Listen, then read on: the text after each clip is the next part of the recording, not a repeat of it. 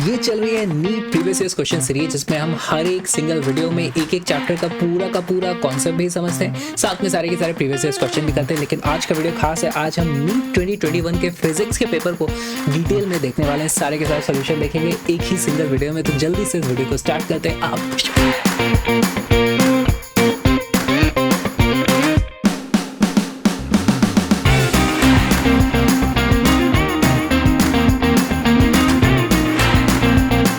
सबसे पहले सबसे काम की बात कि इस सीरीज के सारे वीडियोस की कंप्लीट प्लेलिस्ट और ये जो कलरफुल पीडीएफ होती है उनको डाउनलोड करने के लिए आपको आ जाना bit.ly/physicsandgame। अपने ब्राउजर में जाओ, टाइप करो, इस चीज़ को याद कर लो, bit.ly, ये जो शॉर्टनिंग यूआरएल है bit.ly/physicsandgame। एंड गेम में ऐसे हमारी सारी की सारी प्रॉब्लम्स के सोल्यूशन मिल जाते हैं, सारे के सारे प्रीवियस ईयर क्वेश्चंस के सोल्यूशन मिल जाते हैं। तो इसलिए एंड गेम सीरीज का नाम है। जो बदले में बस एक ही रिक्वेस्ट है कि प्लीज़ वीडियोस को शेयर कर दो यार, #physicsandgame के साथ, और मुझे टैग भी कर सकते हो और आप मुझे फॉलो भी कर सकते हो अनअकैडमी लर्निंग ऐप पे। तो जब भी मेरी लाइव क्लासेस होंगी आपको नोटिफिकेशन आएगा, हम लोग साथ में लाइव पढ़ेंगे। उसके लिए आपको करना क्या है, आईफोन या एंड्रॉयड पे आपको अनअकैडमी लर्निंग ऐप को डाउनलोड करना है। डाउनलोड करके अपना फ्री अकाउंट बनाओ, एब्सोल्युटली फ्री है, अकाउंट बनाना है। उसके बाद आप सर्च करो VIKRANT, तो इस तरीके से मेरी प्रोफाइल मिल जाएगी। प्रोफाइल पर टैप करोगे, यहाँ पे फिर फॉलो का बटन दबा देना, प्लीज़ दबा दो। और इससे आपको नोटिफिकेशन आया करेंगे जब भी मेरी लाइव क्लास होगी। जैसे आज हमने लाइव क्लास ली थी, उसका नोटिफिकेशन बहुत लोगों को आया होगा।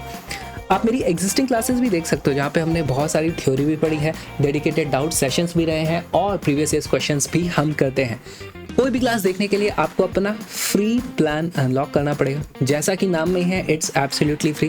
कैसे करोगे, यूज माई कोड विक्रांत, आपसे एक इन्विटेशन कोड मांगा जाएगा यहाँ पर, इस तरीके से VIKRANT यहाँ पे आपको लिखना है और अनलॉक के बटन को दबा देना है। आपका अनलॉक हो जाएगा free plan.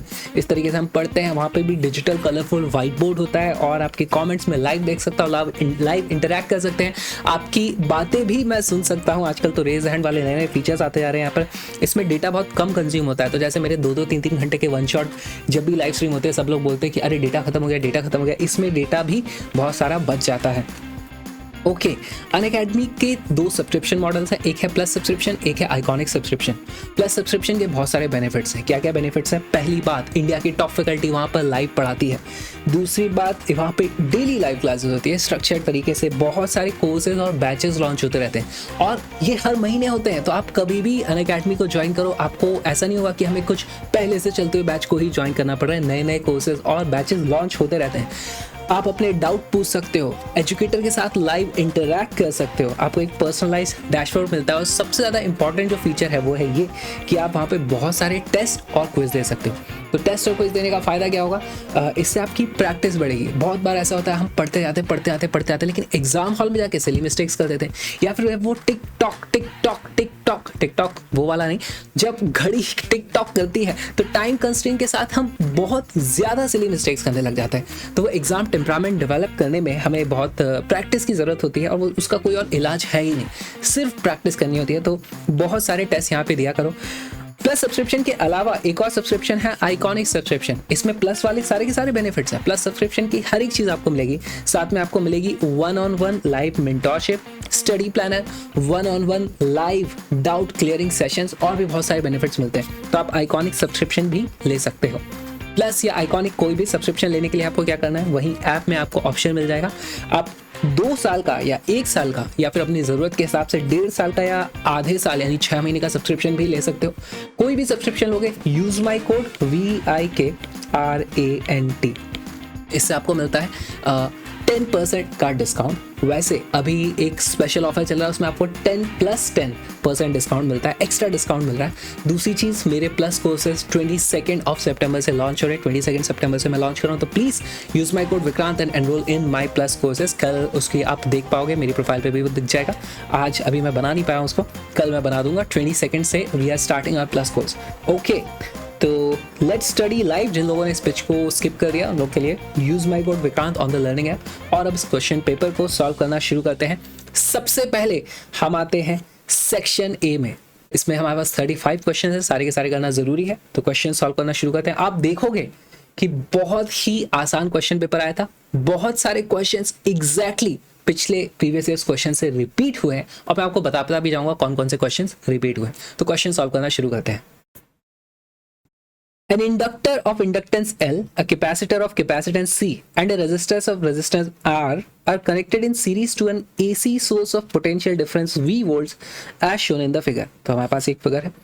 Potential difference across L, C and R is 40 volt, 10 volt and 40 volt. ये दिखा हुआ है यहाँ पे 40, 10 and 40 volt respectively. The amplitude of the current flowing through LCR circuit is 10 root 2 ampere.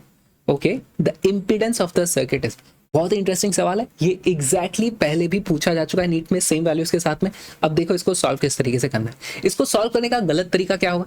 इसको सॉल्व करने का गलत तरीका हो जाएगा, हमारे पास हमसे इंपीडेंस पूछे, हम सीधे सीधे इनको एज इट इज ऐड कर देंगे 40, 10 और 40. तो हमारे पास कितने वोल्ट हो रहा है यहाँ पे? 80 + 10 90 वोल्ट से हमें कितना मिलता है? आई Z. तो यहाँ से Z की वैल्यू आ जाती है 90 डिवाइडेड बाई 10 रूट 2 यानी कि 9/√2. तो 4.5√2 ओम उससे आंसर आता है, जो कि यहाँ पर एक ऑप्शन होना चाहिए था, नहीं दिया है. वैसे भी ये गलत तरीका है इसको सॉल्व करने का. इसको सॉल्व कैसे करेंगे? देखो यहाँ पर इन तीनों में हमारे पास क्या चीज़ कॉमन होती है? यहाँ पर मान लो कुछ करंट है I, तो वो करंट इन तीनों में ही सेम है. तो हम इसका फेजर डायग्राम बनाएंगे. यहाँ पर इस तरीके से हमने I को मार्क कर दिया. ओके, अब रेजिस्टेंस के अक्रॉस जो भी पोटेंशियल ड्रॉप होता है वो सेम फेज में होता है, वो करंट के ही फेज में होता है. तो यहाँ पर हमारे पास इस तरीके से वोल्टेज है 40 वोल्ट. फिर हमारे पास इंडक्टर है, उसके अक्रॉस भी 40 वोल्ट का पोटेंशियल डिफरेंस है, लेकिन इंडक्टर में करंट लैग करता है, वोल्टेज लीड करता है. हमारा इस तरीके से घूमता है, तो लीड करता है यानी इस तरफ हमारे पास पोटेंशियल होगा कितना? 40 वोल्ट. फिर हमारे पास बचता है कैपेसिटर में हमारा वोल्टेज लैग करता है, पीछे रह जाता है, यानी कि देखो इस तरफ ये पीछे छूटा हुआ है ना, तो ये हो जाता है हमारा 10 वोल्ट. अब इन तीन वोल्टेज फेजर्स का क्या हम नेट रिजल्टेंट बना सकते हैं? देखो इस तरफ है 40, इस तरफ है 10, तो हमारे पास यहाँ पर इफेक्टिवली रह जाएगा कितना? यहाँ पर हमारे पास रह जाएगा मात्र 30 इस तरफ, ठीक है, ऊपर नीचे वाले डायरेक्शन में जो है.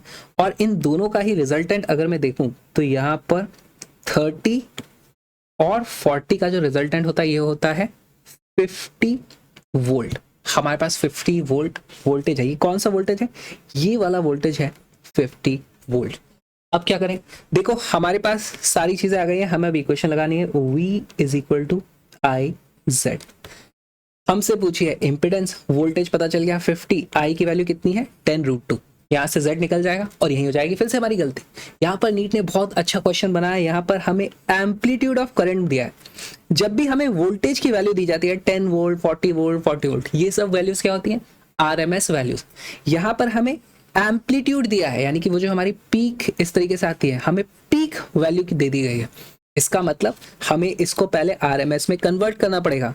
तो यहाँ पर ये भी RMS होता है, ये भी RMS होता है. IRMS की वैल्यू कितनी है? IRMS की वैल्यू हो जाएगी I max डिवाइडेड बाई √2 यानी कि 10 एम्पियर. यहाँ से हमारे पास आंसर आ जाता है 50 = 10 टाइम्स Z. Z की वैल्यू आ जाती है 5 ohm. Option number 4 is the correct answer. बहुत ही अच्छा सवाल था, बहुत आसान सवाल था, तो इसको बड़ी आसानी से हम सॉल्व कर सकते हैं. अब आते हैं नेक्स्ट क्वेश्चन पे.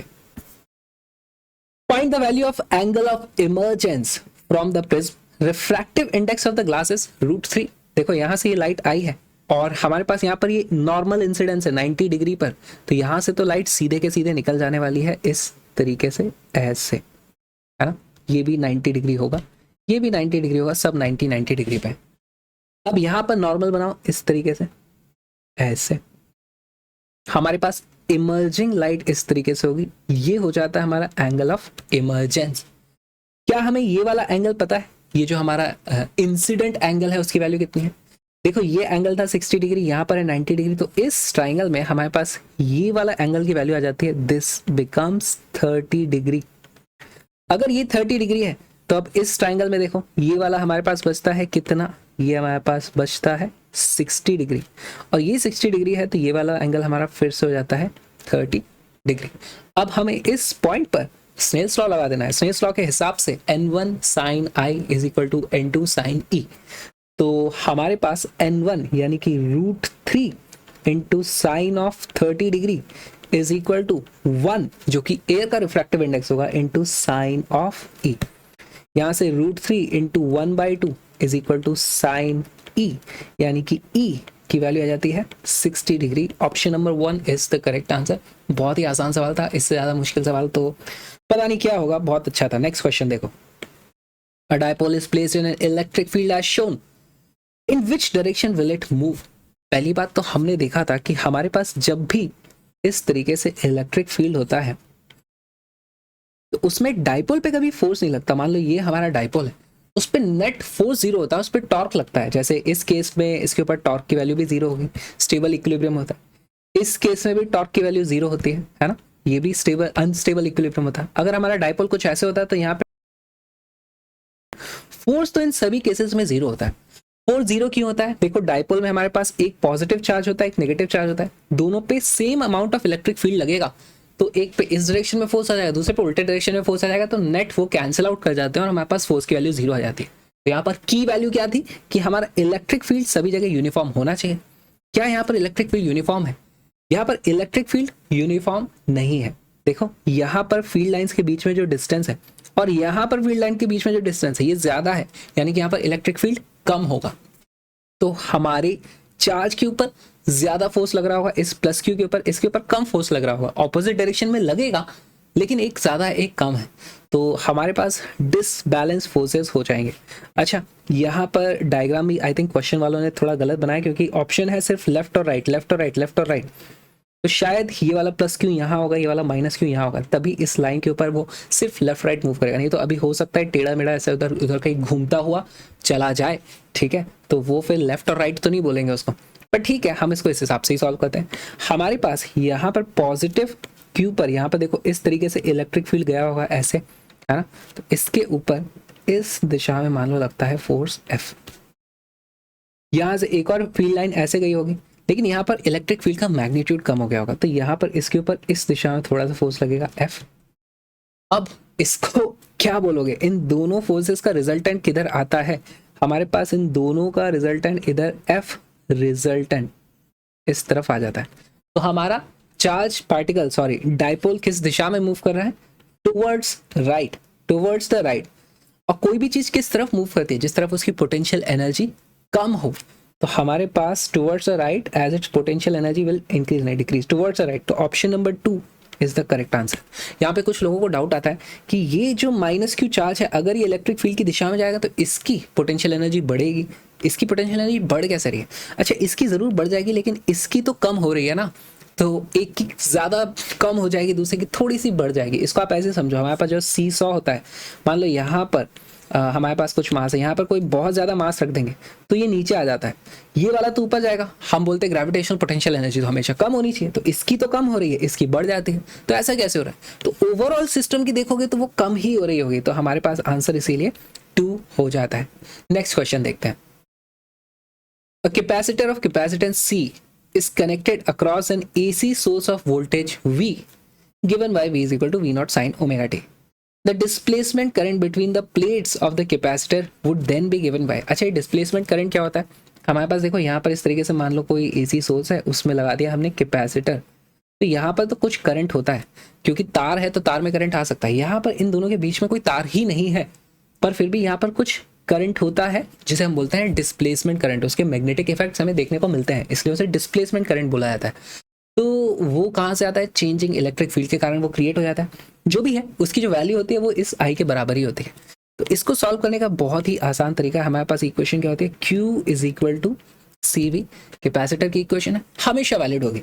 इसको दोनों तरफ डिफरेंशिएट कर दो विद रिस्पेक्ट टू टाइम, तो ये हो जाएगा dQ by dt is equal to C तो कांस्टेंट होता है, ये हो जाएगा dV upon dt। dQ by dt क्या हो जाता है? ये हो जाता है current is equal to C। अब वोल्टेज की वैल्यू कितनी थी? V not sine omega t. इसको डिफरेंशिएट करोगे तो ये हो जाएगा V नॉट रहेगा, ओमेगा बाहर आ जाएगा, साइन का हो जाएगा कॉस ओमेगा टी, और हमारा आंसर आता है C V not omega cos omega T, which is option number 1, V not omega C cos omega T. Alright, तो बहुत ही आसान सवाल था ये। नेक्स्ट क्वेश्चन देखते हैं। A thick current carrying cable of radius R carries current I uniformly distributed across its cross section. The variation of magnetic field B r due to cable with the distance r from the axis of the cable is represented y। तो ये बहुत ही अच्छा सवाल है। इसमें हमारे पास मान लो यहाँ पर एक इस तरीके से वायर था सॉलिड, उसके सेंटर से हम इस तरफ आर नापेंगे और हमें देखना है कि मैग्नेटिक फील्ड किस तरीके से वेरी करता है। अच्छा, जब हम इस वायर के बाहर निकल चुके हैं तो हमारे लिए इस रीजन में है ना, यहाँ पर एक वैल्यू होगी जहाँ पर एक्स की वैल्यू आर कैपिटल आर जो थिक वायर का रेडियस है उसके बराबर हो जाएगी। उसके बाहर हमारे पास मैग्नीट्यूड कितना हो जाता है, for r greater than r हमारे पास मैग्नेटिक फील्ड के लिए फॉर्मूला होता है सीधे सीधे mu naught I upon 2 pi R. तो यहाँ पर इस तरीके का वेरिएशन हमें देखने को यहाँ पे मिल रहा है। ठीक है, सिर्फ यहीं पर वैल्यू वो चेंज हो रही है। पहली बात तो ये एक स्पेशल वैल्यू है जो हमारी कैपिटल आर है, उसके बाद हमें ये वाला वेरिएशन देखने को सिर्फ यहीं मिल रहा है। तो हमारा ऑप्शन नंबर 3 करेक्ट आंसर हो जाएगा। अगर आप इसके बीच में भी सॉल्व करना चाहते हो तो यहाँ पर हम एक गॉसियन सरफेस मानेंगे, इस तरीके से कोई भी सरफेस मान लो, और उसके लिए हम कर देंगे बी डॉट डी एल का total integral is equal to mu naught into I enclosed. तो बी डॉट डी एल, अब यहाँ पर इसका टोटल इंटीग्रल करोगे, देखो यहाँ पे जो भी मैग्नेटिक फील्ड होगा वो इस तरीके से उसके हमेशा परपेंडिकुलर ही रहेगा, और डीएल करोगे तो वो डॉट डीएल होकर के टोटल हो जाता है, वो जाता है 2 pi R is equal to mu naught I enclosed, है ना। यहाँ पर ये कौन सा होता है, एनक्लोज्ड। तो इस जो गॉसियन सरफेस बनाई है इसके अंदर एनक्लोज्ड करंट कितना होगा, पूरे एरिया में करंट की वैल्यू थी I, तो यहाँ पर जो करंट की वैल्यू हो जाएगी वो I into R square upon R square. ठीक, ये कहाँ से आया, एरिया के प्रोपोर्शनल होगा करंट, एरिया में यूनिफॉर्मली डिस्ट्रीब्यूटेड है इसलिए। तो यहाँ से हमारे पास आंसर आ जाता है फॉर, यहाँ लिख देता हूँ, for R less than capital R, B की वैल्यू यहाँ से आप देख सकते हो एक्चुअली वो आ जाती है mu naught I upon 2 pi R multiplied by R by R. ठीक, तो हमारा answer again 3 is the correct answer. Next question पे चलते हैं। A convex lens A of focal length 20 cm and a concave lens B of focal length 5 cm are kept along the same axis with distance d between them। ठीक है, तो पहले एक axis बनाओ इस तरीके से, हमारे पास पहले कौन सा रखा है, कॉन्वेक्स, इस तरीके से कन्वर्जिंग लेंस होगा, फिर कहीं पे रखा हुआ है हमारे पास इस तरीके से कॉनकेव। ओके, अब हमारे पास यहाँ पर लाइट आ रही है, कौन सी आ रही है, if a parallel beam of light falling on a leaves be as a parallel beam. तो यहाँ से पैरेलल रेज आ रही थी, फिर यहाँ पे कुछ टेढ़ा मेढ़ा हुआ होगा, फिर यहाँ से फिर से पैरेलल निकली है, तो कैसे हुआ होगा वो समझने की कोशिश करते। देखो यहाँ से अगर पैरेलल रेज इस तरीके से आ रही थी, इसकी फोकल लेंथ कितनी है, इसकी फोकल लेंथ है 20, तो यहाँ से लाइट रेज कुछ ऐसे आएंगी इस तरफ। ओके, अब इसके लिए इस कॉनकेव लेंस की क्या प्रॉपर्टी होती है, अगर उसके फोकस की तरफ कोई लाइट जा रही होती है तो वो उसको पैरेलल कर देता है। तो हमें इसको कहाँ रखना है, देखो या तो मैं उसे इधर रखूंगा या इधर रखूंगा, इधर रखूंगा, कहाँ रखूंगा कि यहाँ से हमारी लाइट फिर से पैरेलल हो जाए। तो इसका फोकल पॉइंट कहाँ होता है, इसका फोकल पॉइंट इधर कहीं होता है। अगर ये फोकल पॉइंट पे ही लाइट आ रही होती तो वो अपने आप पैरेलल निकलती। तो हम एक काम करते हैं, इसको मूव करके यहाँ पे रख देते हैं। किस तरीके से रखा है मैंने, कि ये वाला जो पॉइंट है ये हमारा हो जाए 5 सेंटीमीटर, ये वाला जो टोटल पॉइंट था ये डिस्टेंस ये है हमारा 20 सेंटीमीटर। तो अब हमारी लाइटें यहाँ से इस तरीके से पैरेलल निकल जाएंगी, और हमसे पूछा है द डिस्टेंस d, इन दोनों के बीच में जो डिस्टेंस d था, d की वैल्यू कितनी हो जाएगी, 20 minus 5 is equal to 15 centimetre. ये टोटल डिस्टेंस था 20, ये वाला डिस्टेंस था 5, तो ये बचता है हमारा 15। Option number 2 is the correct answer. Next question पे चलते हैं। An electromagnetic wave of wavelength lambda is incident on a photosensitive surface of negligible work function। negligible work function का मतलब उस फोटोन की जितनी एनर्जी थी पूरी की पूरी एनर्जी अब उस इलेक्ट्रॉन जो वहां से निकलता है फोटो इलेक्ट्रिक एमिशन में उसकी काइनेटिक एनर्जी बन जाएगी। तो क्या मैं लिख सकता हूँ kinetic energy of electron is equal to hc by lambda. बहुत ही सिंपल इक्वेशन है हमारे पास यहाँ पर। ओके, नेक्स्ट देखो, If m mass of the photoelectron emitted from the surface has a d Broglie wavelength lambda d, then हमें कुछ रिलेशन बताना है। तो डी ब्रॉय वेवलेंथ का हमारे पास इक्वेशन क्या होती है, lambda D is equal to H upon P, इस तरीके से होती है।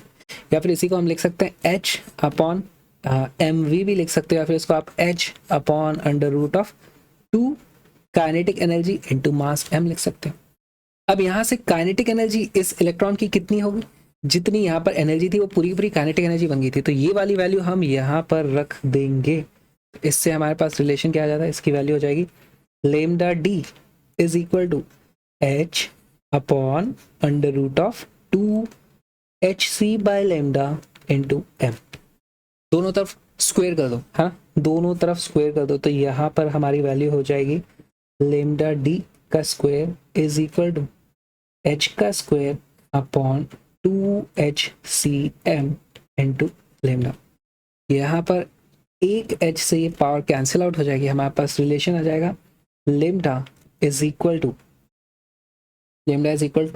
2Cm divided by h into lambda D का स्क्वायर, और विच इज ऑप्शन नंबर, कौन सा वाला ऑप्शन है हमारा, दिस इज ऑप्शन नंबर 3। बहुत आसान सवाल था। नेक्स्ट क्वेश्चन पे चलते हैं। Column 1 gives certain physical terms associated with flow of current through a metallic conductor. Column 2 gives some mathematical relations involving electrical quantities. Match column 1 and column 2 with appropriate relations. इसको इससे match करना है। पहले options में नजर घुमाएंगे तो हम देखते हैं कि सारे के सारे ए को सारे के सारे आर से मैच किया, तो हमें ए को चेक करने की भी जरूरत नहीं है, हमें तो वैसे ही पता चल गया है ए की वैल्यू तो आर होगी ही होगी, है ना। वैसे ये पता है ड्रिफ्ट वेलोसिटी का फॉर्मूला यही होता है।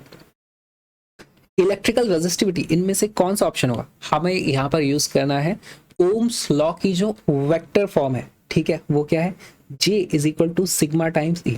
ये होती है करंट डेंसिटी, ये होता है इलेक्ट्रिक फील्ड, ये होती है कंडक्टिविटी। कंडक्टिविटी क्या होती है, 1 अपॉन रेजिस्टिविटी, तो यहाँ से हमारे पास आ जाता है rho is equal to E by J। तो इससे हमारे पास इलेक्ट्रिकल रेजिस्टिविटी के लिए ये आ जाता है। ऑलराइट, फिर रिलैक्सेशन पीरियड, इसका क्या फॉर्मूला होता है, रिलैक्सेशन पीरियड हमारा यही टाउ होता है, इसकी वैल्यू ये होती है। इसका formula direct formula based question है, मैं कैसे मार्क, इसका आंसर होता है ये। और बचता है हमारा करंट डेंसिटी होता है NEVT। सारे के सारे फॉर्मूला बेस्ड क्वेश्चन है। तो यहाँ पर इसमें से ऑप्शन आप देखोगे तो क्या हो जाएगा, डी के लिए हमारे पास पी आ रहा है ना, डी के लिए हमारे पास पी नहीं, डी के लिए क्यू आ रहा है, डी के लिए क्यू यहाँ पर है, यहाँ पर है, और सी के लिए पी आ रहा है, सी के लिए पी यहाँ पर आ रहा है, तो ठीक है, बी के लिए S. This is the correct answer. बहुत ही सिंपल क्वेश्चन था। नेक्स्ट क्वेश्चन देखते हैं। A radioactive nucleus A ZXA undergoes spontaneous decay in the sequence टड़ा टड़ा टड़ा, इनमें से कुछ कुछ चीजें निकली होंगी, where Z is the atomic number of the element X, the possible decay particles in the sequence are। तो ये बहुत ही आसान सवाल है। देखो इसमें करना क्या है, हमारे पास यहाँ पर A था, देखो बाद में A का कहीं जिक्र नहीं है, हम सिर्फ Z के हिसाब से ही कैलकुलेशन करते जाएंगे और आंसर निकालते जाएंगे। फर्स्ट हमारे पास क्या था, X Z था यहाँ, फिर वो बन गया B Z -1। तो जितने प्रोटॉन्स थे उसमें से एक प्रोटॉन हमारा कम हो गया, ठीक है, तो एक प्रोटॉन कम हो गया। इसको आप किस तरीके से मान सकते हो, सो जब हम पढ़ते हैं इसको इस तरीके से समझते हैं कि मान लो एक प्रोटॉन वहां से निकल गया। जब प्रोटॉन निकलता है उसको हम क्या बोलते हैं, वो होता है हमारा बीटा प्लस डीके, है ना, उसमें एक प्रोटॉन का काउंट कम हो जाता है। तो ये हमारा बीटा प्लस डीके हमारा सबसे पहले सिर्फ एक में ही ऑप्शन है यहाँ पर, तो हमारा आंसर हो जाएगा ऑप्शन नंबर 3। बाकी ट्रांजिशंस भी देख लेते हैं। फिर हमारे पास क्या हो रहा है, Z -1 से हमारे पास B था, यहां से निकल गए हम C पर आ गए, Z -3 आ गया। पहले प्रोटॉन्स की संख्या थी Z -1, अब हो गई Z -3, तो यहां से +2 निकल गया है। +2 क्या होता है, अल्फा, तो यहाँ पर हमारा ये कौन सा था, अल्फा डीके, है ना, देखो यहाँ पर अल्फा डीके आ रहा है। ओके, थर्ड वाला ट्रांजिशन देखते हैं। हमारे पास क्या हो रहा है, C था हमारे पास Z -3, वहां से हम आ गए D पर जो है Z -2। यहां पर हमारे पास एक प्रोटॉन बढ़ गया, पहले प्रोटॉन थे Z -3, अब प्रोटॉन है Z -2।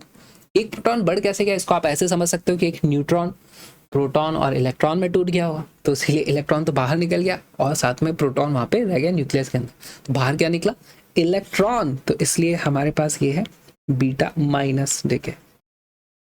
ओके, ऑप्शन नंबर 3 ही हमारा आंसर आ जाता है। बहुत ही सिंपल क्वेश्चन था।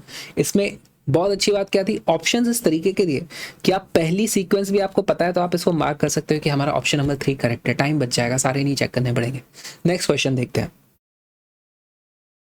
The effective resistance of a parallel connection that consists of 4 wires of equal length, equal area of cross section and same material। तो यानी सबका रेजिस्टेंस बराबर होगा और उन चारों के कारण हमारे पास रेजिस्टेंस की वैल्यू होती है 0.25 ओम। तो यहाँ पर देखो हुआ क्या होगा, इस तरीके से आर आर आर आर, चारों को जब हम पैरेलल में लगा देते हैं इस तरीके से, तो हमारे पास जो रेजिस्टेंस की वैल्यू आती है उसकी वैल्यू हो जाएगी R/4, जिसकी वैल्यू कितनी है 0.25 ओम। तो यहाँ से में R की वैल्यू आ जाती है 1 ओम।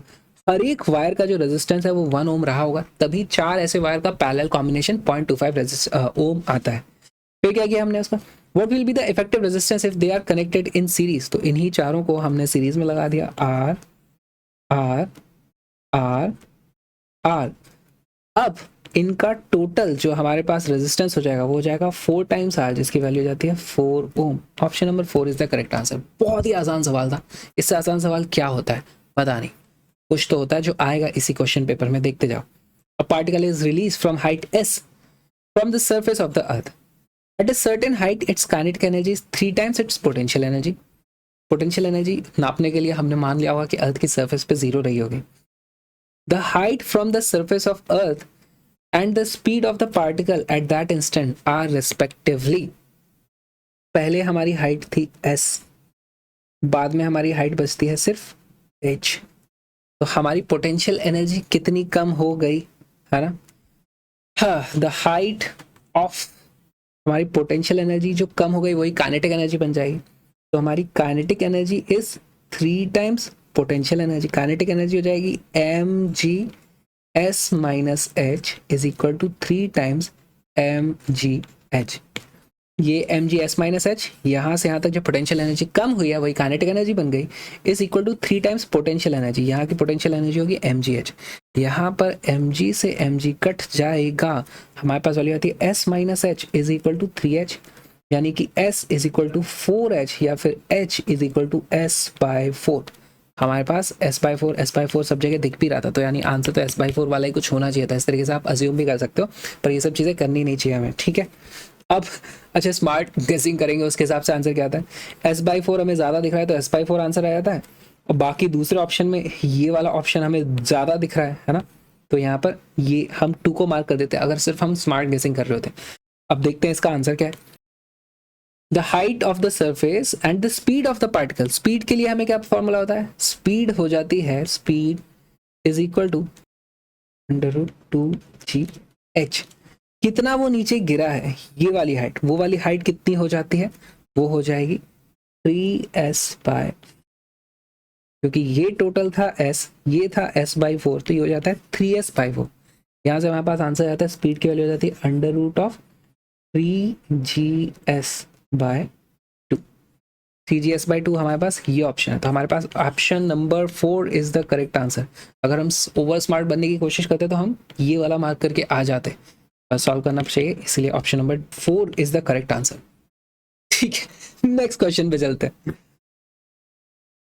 The half life of A radioactive nuclide is 100 hours। The fraction of original activity that will remain after 150 hours would be। तो हाफ लाइफ का मतलब क्या होता है, मान लो हमारे पास यहाँ पे कोई वैल्यू थी, तो हाफ लाइफ 100 आवर्स के बाद अगर ये वैल्यू थी 1, तो यहाँ पर बचती है वैल्यू 1/2। फिर यहाँ से फिर हमारे पास 100 आवर्स हो जाएंगे, तो अब वैल्यू बचेगी इसकी भी हाफ, यानी 1/4। फिर 100 आवर्स अब चले जाएंगे, तो हमारे पास वैल्यू बचेगी 1/8। हमसे पूछा है 150 आवर्स पर क्या वैल्यू होगी। 150 आवर्स पर हमारे पास यहाँ कहीं वैल्यू होगी जो 1/2 और 1/4 के बीच ही कहीं होगी। तो ये 1/2 भी हमारा आंसर नहीं हो सकता, 2/3 भी नहीं हो सकता, इन दोनों में से कोई सा आंसर होने वाला है। तो यहाँ पर हम फॉर्मूला लगा देंगे। देखो हमारे पास किसी भी टाइम टी पर जो एक्टिविटी बचती है वो इनिशियल एक्टिविटी की कुछ फ्रैक्शन होती है। वो फ्रैक्शन क्या होता है, हाफ इंटू टाइम टी, उसकी पावर है, सॉरी इंटू नहीं, upon T half life.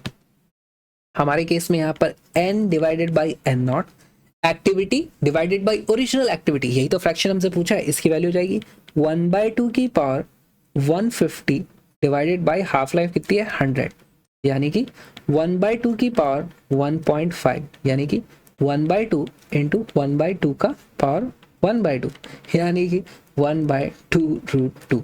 Option number 2 is the correct answer. बहुत ही आसान सवाल था, फॉर्मूला बेस्ड, डायरेक्ट सॉल्व करने वाला। नेक्स्ट क्वेश्चन देखते हैं। A cup of coffee cools from 90 degrees Celsius to 80 degrees Celsius in t minutes when the room temperature is 20 degrees Celsius। तो हमारे पास देखो यहाँ पर मान लो है रूम टेम्परेचर 20 डिग्री सेल्सियस पे, हम 90 डिग्री से, है ना, 90 डिग्री से आ गए हैं 80 डिग्री तक। तो इस तरीके से हमने मूव किया 90 से 80। अब न्यूटन्स लॉ ऑफ कूलिंग का अप्रोक्सीमेशन हम यहाँ पे करेंगे। अप्रोक्सीमेशन किस तरीके से करते हैं, हम ये देखते थे कि यार ये जो हीट ट्रांसफर होता है वो एक्चुअली तो जो टेम्परेचर डिफरेंस होता है सब्सटेंस का और सराउंडिंग का, उसके प्रोपोर्शनल होता है। अब टेम्परेचर यहाँ पे पूरे समय बदलता रहता है तो टेम्परेचर डिफरेंस भी पूरे समय बदलता है, तो हम उसको कैलकुलस यूज करके सॉल्व करना पड़ेगा। लेकिन अप्रोक्सीमेशन के लिए हम क्या करते हैं, इसकी मीन वैल्यू मान लेते हैं ना। तो यहाँ पर मीन टेम्परेचर कितना होगा 85। 85 से यहाँ पर हमारे पास डेल्टा टी की जो मीन वैल्यू है वो वैल्यू कितनी आ जाती है, उसकी वैल्यू हो जाती है 85 माइनस 20, यानी कि 65 डिग्री सेल्सियस। ओके, तो हमारे पास कुछ एनर्जी यहाँ पर ट्रांसफर हुई होगी जो हो जाएगी एनर्जी, उसकी वैल्यू हो जाएगी E1, मैं लिख देता हूँ उसको, E1 इज इक्वल टू, इस प्रोपोर्शनल टू लिख देता हूं मैं डेल्टा टी मीन, यानी कि 65 मल्टीप्लाइड बाय टाइम टी, जितने समय तक हीट ट्रांसफर हुआ है उतना। ओके, अब हमारे पास दूसरा केस देखते हैं। दूसरे केस में हम कहाँ थे, 80 डिग्री सेल्सियस पे थे और हम यहाँ पर 80 degree Celsius to 60 degree Celsius पे आ जाते हैं। रूम टेम्परेचर अभी भी 20 डिग्री सेल्सियस ही है, तो यहाँ पर ये अभी भी 20 डिग्री सेल्सियस है। 80 डिग्री सेल्सियस से हम आ गए हैं 60 डिग्री सेल्सियस तक। इस बार हमारा जो मीन टेम्परेचर डिफरेंस है ये वैल्यू कितनी रही होगी, ये 70 होगी। Mean temperature delta T mean इस बार हो जाता है 70 माइनस 20, यानी कि 50 डिग्री सेल्सियस। इस बार जो हीट ट्रांसफर हुआ है E2, उसकी वैल्यू कितनी हो जाएगी, जितनी देर तक हीट ट्रांसफर हुआ होगा उसको हम टाइम टी डैश बोल देते हैं, तो E2 will be proportional to, और जो भी हमारा डेल्टा टी मीन है वो हो जाएगी 50 इंटू टी डैश। क्या हमें यहाँ पर पता है E1 और E2 में कितना रिलेशन है। देखो इस कप में सेम ही मटेरियल था, अगर 10 डिग्री सेल्सियस टेम्परेचर कम करने के लिए E1 एनर्जी निकलती है तो 20 डिग्री सेल्सियस कम करने के लिए कितनी एनर्जी निकलेगी, वो हो जाएगी E1 की दोगुनी। तो यहाँ से हमें पता चलता है कि जो E2 है वो एक्चुअली ट्वाइस ऑफ E1 है ना। ये सबको समझ में आया। इसमें 20 डिग्री सेल्सियस कम करना है, इसमें 10 डिग्री सेल्सियस ही कम करना है, सेम चीज़ है, सेम कप ऑफ कॉफी, तो इसमें से डबल एनर्जी रिलीज हुई होगी, किसकी, इसकी डबल। तो यहाँ पर हम वैल्यू रख देंगे, E2 की जगह आ जाएगा 50 T dash is equal to 2 times into 65 T. यहाँ से टी डैश की वैल्यू हो जाएगी ये 10, ये 13 डिवाइडेड बाई ये 10, टी डैश की वैल्यू हो जाती है 13 divided by 5 T, which is option number 2। बहुत ही अच्छा सवाल था न्यूटन्स लॉ ऑफ कूलिंग का, और ऐसे क्वेश्चन हम कर चुके हैं प्रीवियस ईयर क्वेश्चन में। अगला क्वेश्चन देखते हैं। The number of photons per second on an average emitted by the source of a monochromatic light of wavelength 600 nanometer when it delivers the power of 3.3 into 10 raised to power minus 3 watt will be। H की value दे दी है। देखो हमारे पास जो total energy deliver हो रही है वो इतनी हो रही है। अब ये होगी फोटॉन्स के रूप में, एक फोटोन की एनर्जी हम यहाँ से निकाल सकते हैं is equal to H C by lambda. तो हमारे पास टोटल एनर्जी उसकी वैल्यू हो जाएगी n number of photons multiplied by H C divided by lambda. एक फोटोन की जितनी एनर्जी है, बस फॉर्मूले में वैल्यूज रखो, हमारे पास वैल्यू कितनी आ जाती है 3.3 milliwatt into 10 raise to power minus 3 is equal to n, जो हमें पता करना है। h की वैल्यू कितनी दी है, h की वैल्यू दी है 6.6 into 10 raise to power minus 34। Speed of light होती है 3 into 10 raise to power 8 divided by lambda की वैल्यू है 600 into 10 raise to power minus 9। यहाँ पर देखो 3.3 से ये कट जाता है 2 टाइम्स, 2 and 3 मिलकर के 600 को बना देते हैं सिर्फ 100, और हमारे पास जो वैल्यू आ जाती है यहाँ से n की वैल्यू आ जाएगी 100 इंटू 10⁻³ इंटू 10⁻⁹ इंटू 10⁻34 इंटू 10⁻8। अब इसको सॉल्व करेंगे हम तो ये आ जाता है -1 माइनस 10⁻, कितना आ रहा है, ये बचता है -1, ये -9 और -1 मिलके हो जाता है -10, ये होता है 24, 24 -8 करोगे तो बचता है 16, हमारे पास आ जाता है 10⁻16। Option number 3 is the correct answer. बहुत ही अच्छा सवाल था, बहुत ही आसान सवाल था। नेक्स्ट क्वेश्चन देखते हैं। A body is executing simple harmonic motion with frequency n. The frequency of its potential energy is। तो देखो हमारे पास हमेशा दो एक्सट्रीम पोजीशंस होती हैं, एक इस तरफ एक इस तरफ। तो फ्रीक्वेंसी हम कैसे बोलते हैं, देखो अगर हमारे पास स्प्रिंग वाला SHM हो रहा है, कोई सा भी SHM मान सकता है, हमसे तो SHM की बात करिए इस तरीके से, है ना। तो ये पार्टिकल पहले क्या करता है, पहले इधर जाता है, फिर इधर आता है, फिर इधर आता है, तब हम बोलते हैं कि हमारा एक ऑसिलेशन हो गया, है ना। तो यहाँ पर हमारी पोटेंशियल एनर्जी मिनिमम होती है, फिर वो मैक्सिमम पे पहुँचती है, फिर मिनिमम पे आती है, फिर मैक्सिमम पे पहुँचती है, फिर मिनिमम पे आ जाती है, राइट। तो हमारे पास पोटेंशियल एनर्जी एक्चुअली जितनी बार ये एक ऑसिलेशन करता है उतने में 2 बार हमारी वो मिनिमम मैक्सिमम कर लेती है। तो हमारी फ्रीक्वेंसी 2 टाइम्स n यहाँ पर हो जाएगी, आंसर हो जाएगा इसका 2। नेक्स्ट क्वेश्चन देखते हैं। An infinitely long straight conductor carries a current of 5 ampere as shown। ये देखो P से Q 5 एम्पियर इस तरीके से जा रहा है। An electron is moving with a speed of 10⁵ meter per second parallel to the conductor। ऐसे 10⁵ meter per second डायरेक्शन बनाओ ना। The perpendicular distance between the electron and the conductor is 20 centimeter at an instant। Calculate the magnitude of force experienced by the electron at that instant। यहाँ पर देखो क्या होगा, ये जो हमारी पहली बात तो वायर है जिसमें करंट जा रहा है, उसके कारण यहाँ पर कुछ मैग्नेटिक फील्ड क्रिएट होगा। बताओ इनटू द प्लेन होगा या आउट ऑफ द प्लेन होगा। अगर ये हमारा इस तरीके से इधर से इधर नहीं, इधर से इधर जा रहा है, तो राइट हैंड रूल लगाना है ऐसे, और इसको ऐसे घुमाओ, ठीक है। ये ऐसे घूम रहा है हमारा, तो ये यहाँ से आपको ऐसे आता हुआ दिखेगा, है ना, इस तरफ ये तो ये आउट ऑफ द प्लेन ऊपर से इस तरफ आता हुआ हमें दिखाई देगा मैग्नेटिक फील्ड बी, है ना। इसका क्या हम मैग्नीट्यूड पता कर सकते हैं, है ना। बी की वैल्यू क्या होती है, μ0I upon 2πr। Okay, force की वैल्यू क्या होती है, फोर्स होता है QVB। यहाँ पर वेलोसिटी परपेंडिकुलर होनी चाहिए, तो हमारे पास मैग्नेटिक फील्ड बाहर आ रहा है, वेलोसिटी इस तरफ है, तो दोनों परपेंडिकुलर तो हैं, तो ये QVB हम डायरेक्टली फॉर्मूला लगा देंगे। परपेंडिकुलर वगैरह का हमें ज़्यादा ध्यान रखना नहीं पड़ेगा, वो अपने आप परपेंडिकुलर आ रहे हैं। तो फोर्स की वैल्यू आ जाती है चार्ज कितना होता है, देखो एक इलेक्ट्रॉन पे चार्ज होता है 1.6 इंटू 10⁻⁻19 कूलम। सब ऐसा ही में यूनिट रखेंगे। वेलोसिटी कितनी दे रखी है, 10⁵5। मैग्नेटिक फील्ड की वैल्यू हम यहाँ से कैलकुलेट करेंगे, μ0 अपॉन 4π की वैल्यू कितनी होती है 10⁻⁻7, है ना। μ0 अपॉन 4π की वैल्यू होती है, यहाँ पे μ0 अपॉन 2π है, तो नीचे भी 2 से मल्टीप्लाई होगा, ऊपर भी 2 से मल्टीप्लाई होगा, तो यहाँ पर एक ऊपर 2 से मल्टीप्लाई होना बचा है। करंट की वैल्यू कितनी है 5 एम्पियर, यहाँ रख देंगे, डिवाइडेड बाई रेडियस की वैल्यू कितनी है, वो है 20 सेंटीमीटर, तो यहाँ पर हम रखेंगे 0.2 मीटर। देखो ये वैल्यू कट गई, 10 टाइम्स हो गए।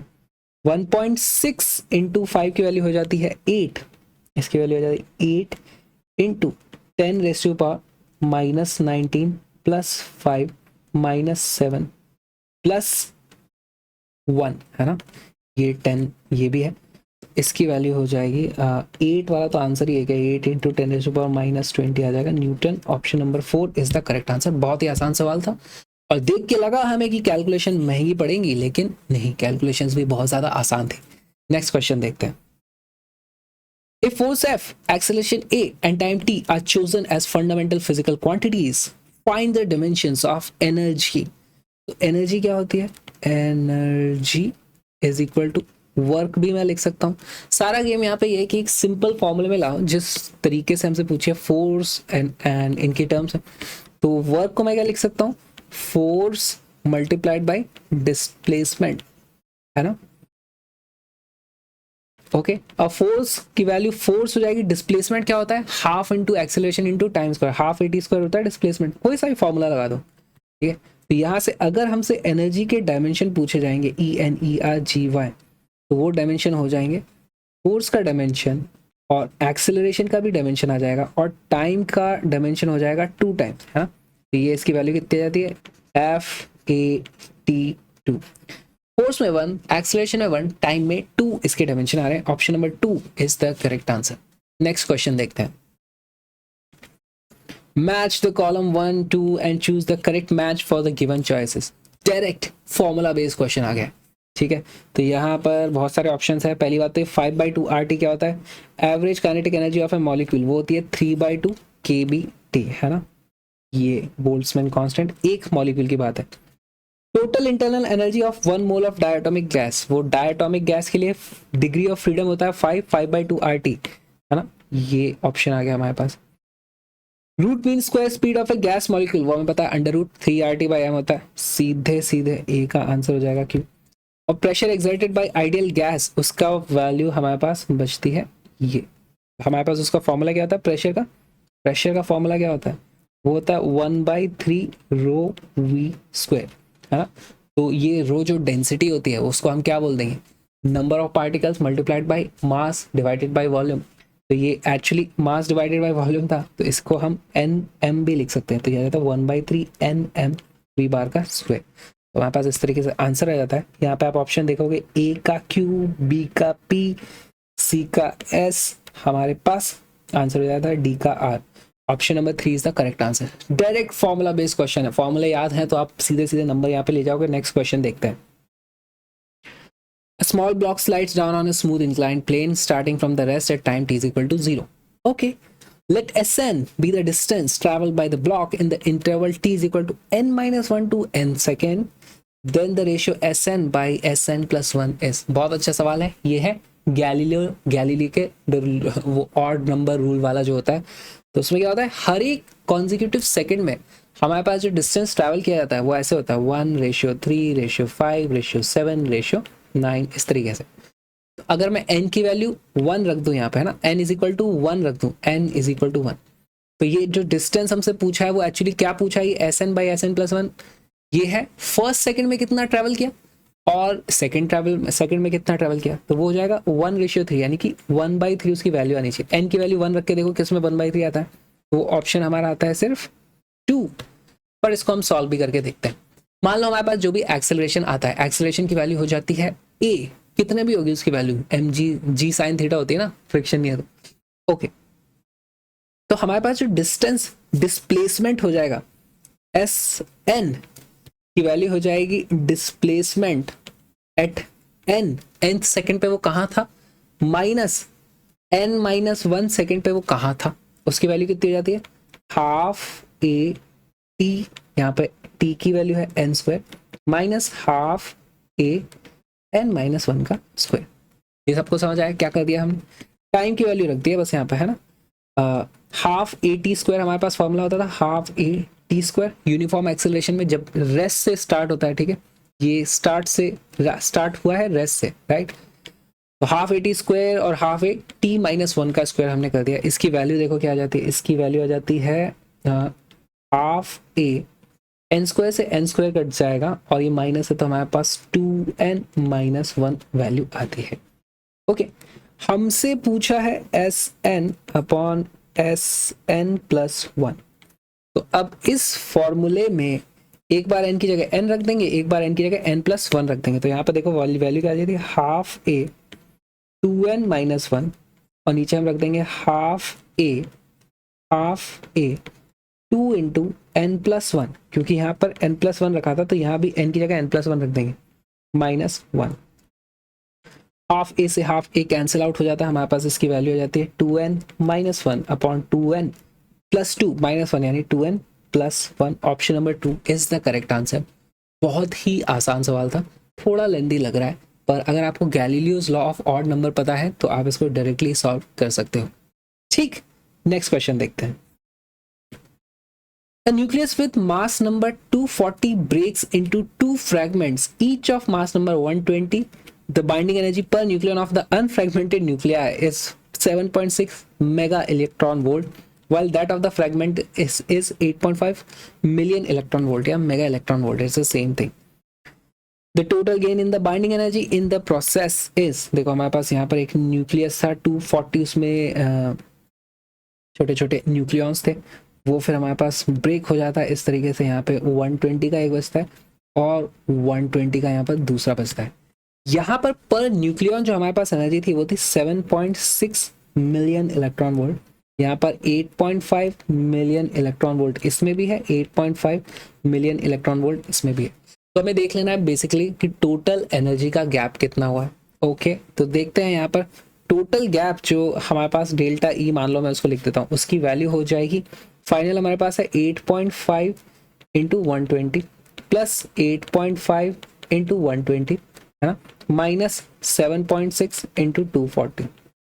तो ये वैल्यू आ जाती है 8.5 into 240 minus 7.6 into 240 which is equal to 240 into 8.5 minus 7.6 which is equal to 240 into 0.9 which is equal to 216 million electron volt. Option number 4 is the correct answer. बहुत आसान था। नेक्स्ट क्वेश्चन देखते हैं। A screw gauge gives the following readings when used to measure the diameter of a wire. हमने एक screw gauge से diameter via, main scale की reading है 0, सर्कुलर स्केल पे रीडिंग है 52 और हमें बोला है कि 1 millimetre on the main scale corresponds to 100 division on the circular scale. तो हमारे पास रीडिंग कितनी आ जाएगी? रीडिंग जो आएगी वो हो जाएगी मेन स्केल यानी कि 0 मिलीमीटर प्लस मेन स्केल पे 1 मिलीमीटर होता, अगर हम पूरे 100 डिवीजन वहाँ हो जाते ना तो वो फिर से 0 हो जाता और मेन स्केल पे 1 हो जाती वैल्यू। उसके एक्चुअली हमारे पास 52 डिवीजन है 100 में से, है ना, इतनी हमारे पास वैल्यू आ जाएगी। ये सीधे सीधे आ जाती है कितना?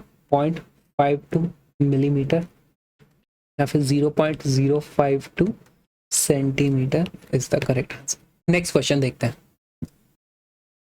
The equivalent capacitance of the combination shown in the figure is, I think ये नीट 2021 का सबसे आसान सवाल यही है, नहीं वो रेजिस्टेंस सीरीज पैरेलल वो वाला भी हो सकता है, वैसे ये है। देखो इसमें कैलकुलेशन ही नहीं करनी, ये कैपेसिटर ये दोनों तो पैरेलल में लगे हैं क्योंकि ये सेम ही पॉइंट से जुड़े। ये वाला कैपेसिटर जो है एक्चुअली ये शॉर्ट सर्किट है, देखो इसके दोनों टर्मिनल जुड़े हुए, तो आप इसको उड़ा दो यहाँ से, ठीक है, इसकी ज़रूरत ही नहीं है, हमारा शॉर्ट सर्किट हो गया। तो हमारे पास 2 कैपेसिटर पैरेलल में जुड़े हुए हैं, तो इसका आंसर हमारे पास हो जाएगा 2C is the correct answer. बहुत ही सिंपल सवाल था। नेक्स्ट क्वेश्चन देखते हैं।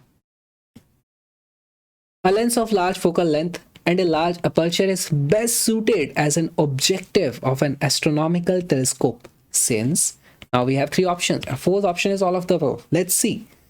A large aperture contributes to the quality and visibility of the images. ये हमने डायरेक्टली पढ़ा है क्या? ये तो NCERT में सीधे नहीं लिखा है। A large area of the objective ensures better light gathering power. तो हमारे पास बड़ा लेंस होगा तो उसमें ज़्यादा लाइट आएगी, तो हमारी फिर इमेज जो बनेगी उसमें भी ज़्यादा लाइट रेज जाएंगी, तो ब्राइटर इमेज तो बनती है। So this is correct answer, correct. A large aperture provides a better resolution. तो ये भी हमारे पास करेक्ट आंसर हो जाता है। इसका फॉर्मूला भी हमारे पास, हमें क्या, थीटा लिमिट है ना, लिमिट ऑफ रेजोल्यूशन, उसका फॉर्मूला क्या होता है 1.22 लेम्डा अपॉन डी। तो ये थीटा क्या होता है, मान लो यहाँ पे हमारे पास टेलीस्कोप है यहाँ पर इस तरीके से, और हम जो रिजॉल्व कर सकते हैं ये एंगल थीटा, ठीक, क्या चीज़ को रिजॉल्व करें, मान लो यहाँ कहीं दूर बहुत सारे तारे हैं, तो वो सारे तारे हमें एक पॉइंट जैसे ही दिखेंगे हमारी यहाँ की आंख से, तो लेकिन वो टेलीस्कोप उसे थोड़ा चौड़ा करके दिखाएगा ना हमें इस तरीके से, तो उनके बीच में डिस्टेंस जो है एक्चुअल वो हमें दिखा पाएगा। तो ये थीटा जितना ज़्यादा छोटा हो उतना ज़्यादा पास की चीज़ों को हम देख पाएंगे, मतलब आपस में जो आसपास है। तो हमें थीटा की वैल्यू मिनिमम करनी होती है, तो उसको मिनिमम करने के लिए लाइट तो हम नहीं चेंज कर सकते, लाइट तो जो जहाँ से आ रही है उतनी आएगी, उसको नहीं बदल सकते हम ये अपर्चर चेंज कर सकते हैं, तो हम डायमीटर बढ़ा देंगे। तो हमें एक्चुअली बड़ा डायमीटर चाहिए होता है, तो उससे रेजोल्यूशन बेटर हो जाता है।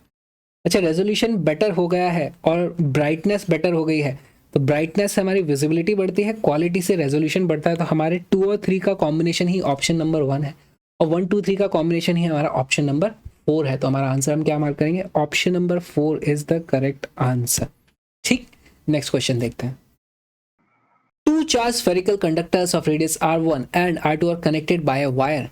Then the ratio of surface charge densities of the sphere is, तो देखो हमारे पास इस तरीके से दो चार्ज स्फीयर्स हैं, बहुत दूर होंगे वो आपस में, उनका कुछ यहाँ पर इसका रेडियस होगा r1, इसकी कुछ डेंसिटी होगी सिग्मा 1, इसका r2 होगा और इसकी डेंसिटी होगी सिग्मा 2, सरफेस चार्ज डेंसिटी की जो हम बात करते हैं। अब हमारे पास पूछा क्या है, इन दोनों का कुछ रेशियो बताना है सिग्मा 1 बाय सिग्मा 2 का। लेकिन पता कैसे करोगे, अगर इन दोनों को तार से कनेक्ट किया है तो इनके बीच में करंट फ्लो हो सकता है, तो वो तब तक होता रहेगा जब तक दोनों का पोटेंशियल बराबर ना हो जाए। दोनों का पोटेंशियल की वैल्यू क्या हो जाएगी, इसका पोटेंशियल होता है K Q1 upon R1 should be equal to K Q2 upon R2।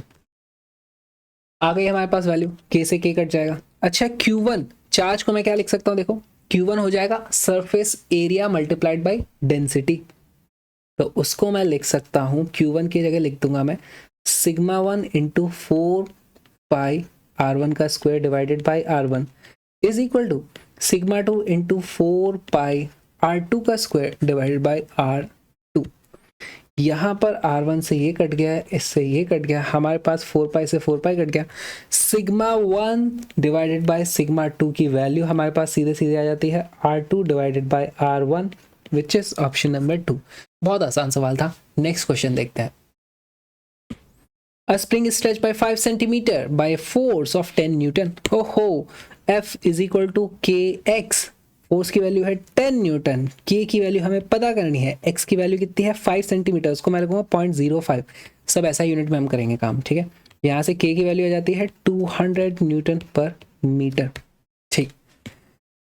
The time period of the oscillations when a mass of 2 kilogram is suspended by it. तो टाइम पीरियड का formula क्या होता है, t is equal to 2 pi under root m by k। Values रखते जाओ, ये आ जाएगा 2 pi under root of mass की वैल्यू है 2, नीचे है 200, ये कट जाएगा बचेगा 100, हमारे पास वैल्यू आ जाएगी 2 पाई डिवाइडेड बाई 10, इसकी वैल्यू आ जाती है 3.14 into 6.28 divided by 10, 0.628 second. Option number 4 is the correct answer. Next question देखें। For a plane electromagnetic wave propagating in x direction, which one of the following combination gives the correct possible directions of the electric field and the magnetic field respectively? बहुत अच्छा सवाल है। इसको solve कैसे करते हैं, देखो हमें पता है कि इलेक्ट्रिक फील्ड और मैग्नेटिक फील्ड के क्रॉस प्रोडक्ट से हमें डायरेक्शन ऑफ वेव प्रोपगेशन ये मिल जाता है। अब ये कैसे पता चलेगा, तो इसके लिए हमारे पास बहुत सारे ऑप्शन दे रखे हैं, इनमें से कौन सा वाला ऑप्शन, इसमें देखो हमारे पास और एक चीज़ पता है हमें, अगर हमारा इलेक्ट्रिक फील्ड इस तरफ होता है, मैग्नेटिक फील्ड इस तरफ होता है, तो E क्रॉस B, तो हमारे पास इस दिशा में वेव आ जाती है, तो ये दोनों तो आपस में परपेंडिकुलर होने ही चाहिए, है ना। तो यहाँ पर कौन सा ऑप्शन है जिसमें इलेक्ट्रिक फील्ड और मैग्नेटिक फील्ड आपस में परपेंडिकुलर है, पहला ऑप्शन देखते हैं, इलेक्ट्रिक फील्ड J प्लस के, मैग्नेटिक फील्ड भी J प्लस के, तो ये तो नहीं होने वाला हमारा आंसर, दोनों के दोनों सेम डायरेक्शन में हो गए। दूसरा ऑप्शन देखो, ये माइनस जे प्लस के है, ये माइनस जे माइनस के है, ये एक्चुअली अभी देखेंगे इसको। तीसरा ऑप्शन देखो, जे प्लस के और माइनस जे माइनस के, तो ये दोनों तो एक्चुअली नेगेटिव वेक्टर्स है ना, ए वेक्टर को नेगेटिव से मल्टीप्लाई कर दोगे तो ये वाला वेक्टर बन रहा है, तो ये दोनों एक्चुअली 180 डिग्री पे है, ये टोटली इन्वर्टेड है, तो ये भी हमारा ऑप्शन नहीं हो सकता। यहाँ पर भी माइनस जे प्लस के है, माइनस जे प्लस के, तो ये भी सेम वेक्टर्स हैं, ये भी 90 डिग्री के एंगल पे नहीं है, ये भी ऑप्शन नहीं हो सकता, तो हमारा ऑप्शन नंबर सिर्फ बी बचता है। फिर भी हम इसको विजुअलाइज करके देखते हैं, तो हमें सबसे पहले एक्सिस बनाना पड़ेगा, ये है हमारा एक्स एक्सिस, ये है हमारा वाई एक्सिस, तो ये हो जाता है हमारा माइनस वाई एक्सिस, ये हमारा इस तरफ है माइनस जेड, इस तरफ है हमारा जेड। ओके, बनाने की कोशिश करते हैं। हमारे पास ऑप्शन नंबर 2 है माइनस जे प्लस के, तो देखो यहाँ से स्टार्ट करूँगा, नेगेटिव में जे में जाऊँगा, के में पॉजिटिव में जाऊँगा, तो एक्चुअली हमारा इलेक्ट्रिक फील्ड इस दिशा में कहीं होगा, ये। दूसरा ऑप्शन क्या है, माइनस जे माइनस के, तो यहाँ माइनस जे है, माइनस के इस तरफ है, इन दोनों का रिजल्टेंट एक्चुअली उधर के प्लेन में कहीं इधर आ जाएगा बी, और ये एक्चुअली परपेंडिकुलर आ जाएंगे, ठीक है, सबके मैग्नीट्यूड बराबर है, तो यहाँ पे सिमेट्री से 45 डिग्री का एंगल बनता है, और इसी की तरह ई क्रॉस बी करोगे ना यहाँ से, तो एक्स डायरेक्शन में हमारी वेव प्रोपगेट भी हो जाती है। तो बहुत ही आसान सवाल था। वेक्टर्स 3D में कैसे बनते हैं, बनाते हैं, वो समझ में आना चाहिए हमें। नेक्स्ट क्वेश्चन देखते हैं। The escape velocity from the earth surface is v. The escape velocity from the surface of another planet having a radius 4 times that of Earth and same mass density is. तो हमें कैसे पता करना है? देखो, हमारे पास किसी भी पार्टिकल की जो ग्रेविटेशनल पोटेंशियल एनर्जी होती है वो होती है -Gm डिवाइडेड बाय RE। इसमें हम कुछ हाफ mv एस्केप का स्क्वायर ऐड करते हैं, तो टोटल एनर्जी 0 हो जानी चाहिए, यानी कि वो पार्टिकल अब इन्फिनिटी तक जा सकता है। ये हमारी कंडीशन होती है। m से m कट जाएगा और हमारे पास एस्केप वेलोसिटी का जो फॉर्मूला आता है वो हो जाता है 2gm अपॉन RE का अंडर रूट, राइट। ओके, तो यहाँ से हम अब देखो मास की वैल्यू क्या है दोनों प्लैनेट के लिए, रेडियस और मास की वैल्यू अलग अलग होगी, और इसके लिए हमें क्या दे रखा है, मास डेंसिटी सेम है। तो हम एक काम करते हैं, मास को डेंसिटी और वॉल्यूम की टर्म में लिख देते हैं। इसकी वैल्यू हो जाएगी अंडर रूट ऑफ 2g, मास को मैं लिख दूंगा 4/3 पाई RE का क्यूब डिवाइडेड बाय r। यहाँ से ये RE से क्यूब कट के बचेगा RE का स्क्वायर। यहाँ से हमारे पास आ जाता है velocity escape is proportional to radius. अब रेडियस 4 टाइम्स कर दिया है, ये है फॉर सेम डेंसिटी। अगर रेडियस 4 टाइम्स कर दिया है तो इसके वेलोसिटी भी हमें 4 टाइम्स हो जाएगी। Option number 4 is the correct answer. Next question देखते हैं। In a potentiometer circuit a cell of EMF 1.5 volt gives a balance point at 36 centimeter length of the wire. If another cell of EMF 2.5 volt replaces the first cell, then at what length of the wire the balance point will occur? Okay, तो हमारे पास ये potentiometer का wire है, ये हमारा 0 था। Okay, यहाँ से हम जाते हैं जब 36 सेंटीमीटर, तो यहाँ पर हम बैलेंस करा लेते हैं कितना, 1.5 वोल्ट। क्या मैं लिख सकता हूँ पोटेंशियल ग्रेडियंट, उसकी वैल्यू हो जाएगी 1.5 वोल्ट इन 36 सेंटीमीटर। इतने वोल्ट पर सेंटीमीटर पोटेंशियल ग्रेडियंट आ गया। और वो पोटेंशियल ग्रेडियंट इस तार के लिए यूनिफॉर्म रहता है, ठीक। दूसरी वाली हमारी रीडिंग आती है, मान लो इस x डिस्टेंस में, उस रीडिंग की वैल्यू कितनी है 2.5 वोल्ट। तो पोटेंशियल ग्रेडियंट की अब वैल्यू कितनी आ जाएगी 2.5 volt, 2.5 volt divided by x। Potential gradient एक तार के लिए सेम होता है ना, उसमें वही करंट जा रहा है, उसका रेजिस्टेंस भी यूनिफॉर्म है लेंथ के हिसाब से, ये वैल्यू सेम आनी चाहिए। तो यहाँ से हमारे पास वैल्यू आ जाती है x is equal to 36 into 2.5 divided by 1.5 which is equal to 36 into 5 divided by 3 which makes it 60 centimetre. Option number 1 is the correct answer. Next question देख लेते हैं।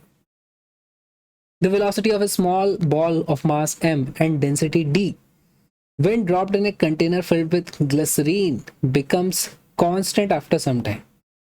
If the density of glycerine is d/2, then the viscous force acting on the ball will be। हमारे पास इस तरीके से एक container है, उसमें एक बॉल है, बॉल के ऊपर कुछ फोर्सेस लग रहे हैं। पहली बात तो नीचे लग रहा होगा इसमें mg, दूसरी बात इसमें ऊपर की तरफ लग रहा होगा F बॉयेंट फोर्स, ठीक है। तीसरा इस पे लग रहा होगा इधर, ये लग रहा होगा F viscous. F buoyant force कितना लगता है, डेंसिटी ऑफ द लिक्विड है ना, into volume into g। Okay, हमारे पास mg की वैल्यू आ जाएगी, mg is equal to F buoyant plus F viscous. तभी तो इसका एक्सेलरेशन 0 होगा, तभी तो वेलोसिटी कांस्टेंट हो जाएगी, टर्मिनल वेलोसिटी वो बन जाएगी। तो F बॉयेंट की वैल्यू कितनी है, mg क्या होता है हमारे पास वॉल्यूम इनटू डेंसिटी, डेंसिटी किसकी, जो हमारी बॉल की है, density of ball into g, है ना, बस इज इक्वल टू बॉयेंट फोर्स कितना होता है, वॉल्यूम इनटू जो लिक्विड है उसकी डेंसिटी, है ना, तो वो हो जाएगी d/2 दे रखी है हमारे पास ग्लिसरीन की density into g plus F V. यहाँ से आप देखो हमारे पास एफ वी विस्कस फोर्स की वैल्यू हो जाती है वी डी जी बाय 2। अच्छा ये क्या है, वी डी जी क्या था, ये था हमारा एम जी है ना, V D G volume into density of ball, ये उसका मास हो गया, ये जी एम जी बाई 2, तो सीधे सीधे एम जी बाई 2 इसका आंसर आ गया। Option number 1 is the correct answer. Next question देखें। A parallel plate capacitor has a uniform electric field E in the space between the plates. If the distance between the plates is d and the area of each plate is a, the energy stored in the capacitor is epsilon naught is permittivity of the free space। देखो हमारे पास energy density, किसी भी electric field E के कारण जो energy density होती है half epsilon not E square. हमसे टोटल एनर्जी पूछी है, वो हो जाएगी energy density half epsilon not E square multiplied by volume जो होता है ए इंटू डी, एरिया इंटू जो दोनों के बीच में डिस्टेंस है डी। सीधे सीधे आंसर आ गया यार, answer number 3 is the correct answer. Straight forward question है ये, है ना। नेक्स्ट क्वेश्चन देखते हैं। The electron concentration in an N-type semiconductor is the same as hole concentration is the P-type semiconductor. An external electric field is applied across each of them. Compare the currents in them. तो हमारे पास एक है N-type, एक है P-type। तो majority charge carriers यहाँ पे क्या होता है, इलेक्ट्रॉन। यहाँ पे मेजॉरिटी चार्ज कैरियर्स क्या होते हैं, होल्स, नॉट प्रोटॉन्स, इलेक्ट्रॉन्स और होल्स। होल्स भी एक्चुअली कुछ नहीं होता है, इलेक्ट्रॉन की वैकेंसी को हम होल्स बोलते हैं। तो बस यही है। और माइनॉरिटी वो होते हैं यहाँ पर होल्स, माइनॉरिटी यहाँ पर क्या हो जाते हैं, इलेक्ट्रॉन। अच्छा क्या ये सेम ही सेमीकंडक्टर मटेरियल है, N type semiconductor.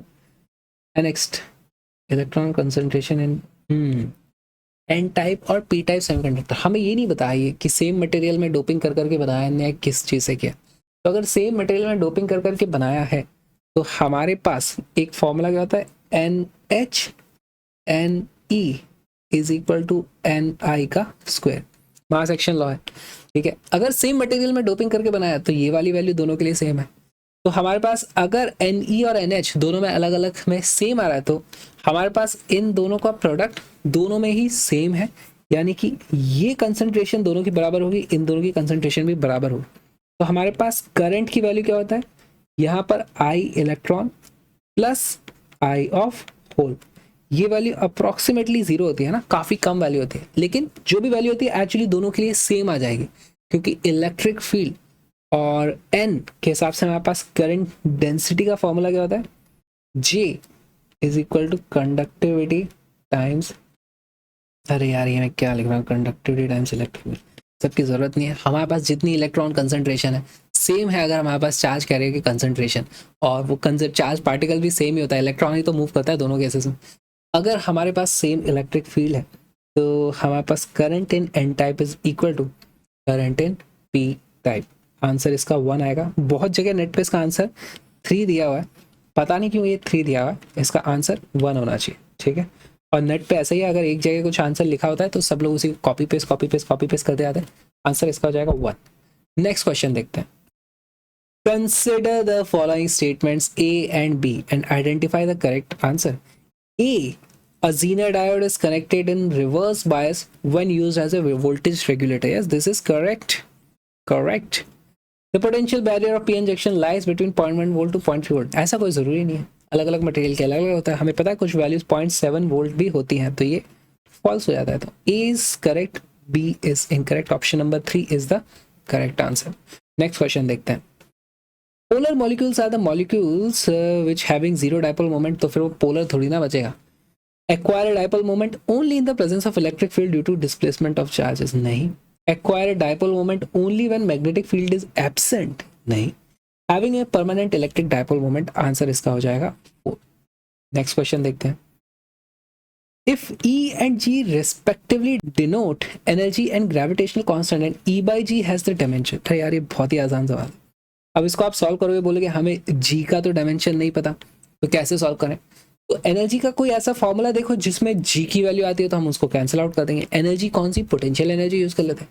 Potential energy का फॉर्मूला होता है -GM डिवाइडेड बाय R, नीचे G एज इट इज था, G से G कैंसिल हो जाएगा। हमारे पास बचता क्या है, अगर हमसे डायमेंशन पूछे जाएंगे इसके और इसके, तो इसकी वैल्यू हो जाएगी मास में 2, लेंथ में, रेडियस क्या होता है, लेंथ में -1, ठीक है, m2l-1 t0। Option number 1 is the correct answer. Next question देखते हैं। Water falls from a height of 60 metre at the rate of 15 kilogram per second to operate a turbine. तो हमारे पास यहाँ पर एक टर्बाइन है, इस तरीके से टना टना टना टना टना टना ऊपर से यहाँ से गिर रहा है पानी, यहाँ से इधर निकल जाएगा, ठीक है। तो हमारे पास ये हाइट है h, हमारे पास power input on the turbine, कितनी पावर गिर रही है उसके ऊपर, है ना, वो हो जाती है हमारी जो मास फ्लो रेट है 15 इंटू जो हमारी ग्रेविटी है mgh, जो एनर्जी होती है तो m डैश, ठीक है, कितना मास फ्लो रेट है, m mass flow rate into g into height कितना है 60, ये हमारी पावर इनपुट हो जाती है। इसकी वैल्यू क्या हो जाती है 15 इंटू 6, 15 इंटू 6 60 नहीं होता भाई, 90 होता है, 9000 वाट और 9 किलो वाट। अब इस इनपुट का 10% तो हीट में चला गया, तो हमारे पास पावर का आउटपुट हीट में नहीं चला गया, फ्रिक्शन में चला गया, output is equal to 90% of 9 kilo watt which is equal to 0.9 into 9 which is equal to 8.1 kilowatt. बहुत ही लल्लू सा सवाल। और इसी के साथ हमारा सेक्शन ए कंप्लीट हो गया। अब हम चलते हैं सेक्शन बी पर। चलो सेक्शन बी स्टार्ट करते हैं ना। A car starts from rest and accelerates at 5 meters per second square. At t is equal to 4 seconds, a ball is dropped out of the window by a person sitting in the car.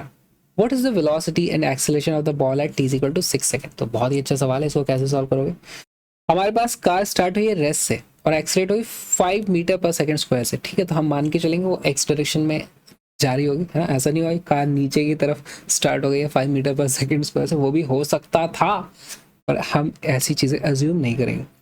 तो इसकी कुछ vx आ जाएगी, X direction में velocity 4 second के बाद उसकी value हो जाएगी 5 into 4 which is equal to 20 metre पर सेकेंड। फिर वो एक्स डायरेक्शन में जा रही थी, अब हमने उसको कार से छोड़ दिया। कार भले ही एक्सेलरेट होती रहे लेकिन अब बॉल एक्सेलरेट नहीं हो सकती एक्स डायरेक्शन में। अब क्योंकि बॉल को छोड़ दिया था वो वाई डायरेक्शन में हमारी नीचे जाना शुरू होगी और नीचे की तरफ उसका एक्सेलरेशन है 10 जो कि ग्रेविटी के कारण है। और कितने सेकंड के बाद हम बात करें, 2 सेकंड बाद, तो वी वाई की वैल्यू भी जाती है 20 मीटर पर सेकंड। इसमें हमने क्या अज्यूम कर लिया, हमने अज्यूम कर लिया कि बॉल को छोड़ा 2 सेकंड तक वो नीचे ही गिर रही है, ऐसा नहीं बीच में टकरा के ऐसे ऐसे ऐसे ऐसे ऐसे ऐसे हो सकता है उसकी वेलोसिटी 0 हो जाए टकरा के, तो ये सब हम नहीं मानेंगे। हमारे पास वेलोसिटीज आ गई, हमारे पास फाइनल रिजल्टेंट वेलोसिटी स्पीड, उसकी वैल्यू कितनी हो जाएगी √ऑफ 20 का स्क्वायर प्लस 20 का square which is equal to 20√2 metre पर सेकेंड। ओ 20√2 मीटर पर सेकेंड, ओके। फिर हमसे पूछा what is the velocity and acceleration. अच्छा उसका एक्सेलरेशन क्या होगा, एक बार बॉल जब फ्री फॉल हो रही है तो उसका एक्सेलरेशन की वैल्यू हो जाएगी g, है ना। Acceleration is equal to g is equal to 10 metre पर second square. Option number 4 is the correct answer. बहुत आसान सवाल था। नेक्स्ट क्वेश्चन देखते हैं। For the given circuit, the input digital signals are applied at terminals A, B and C.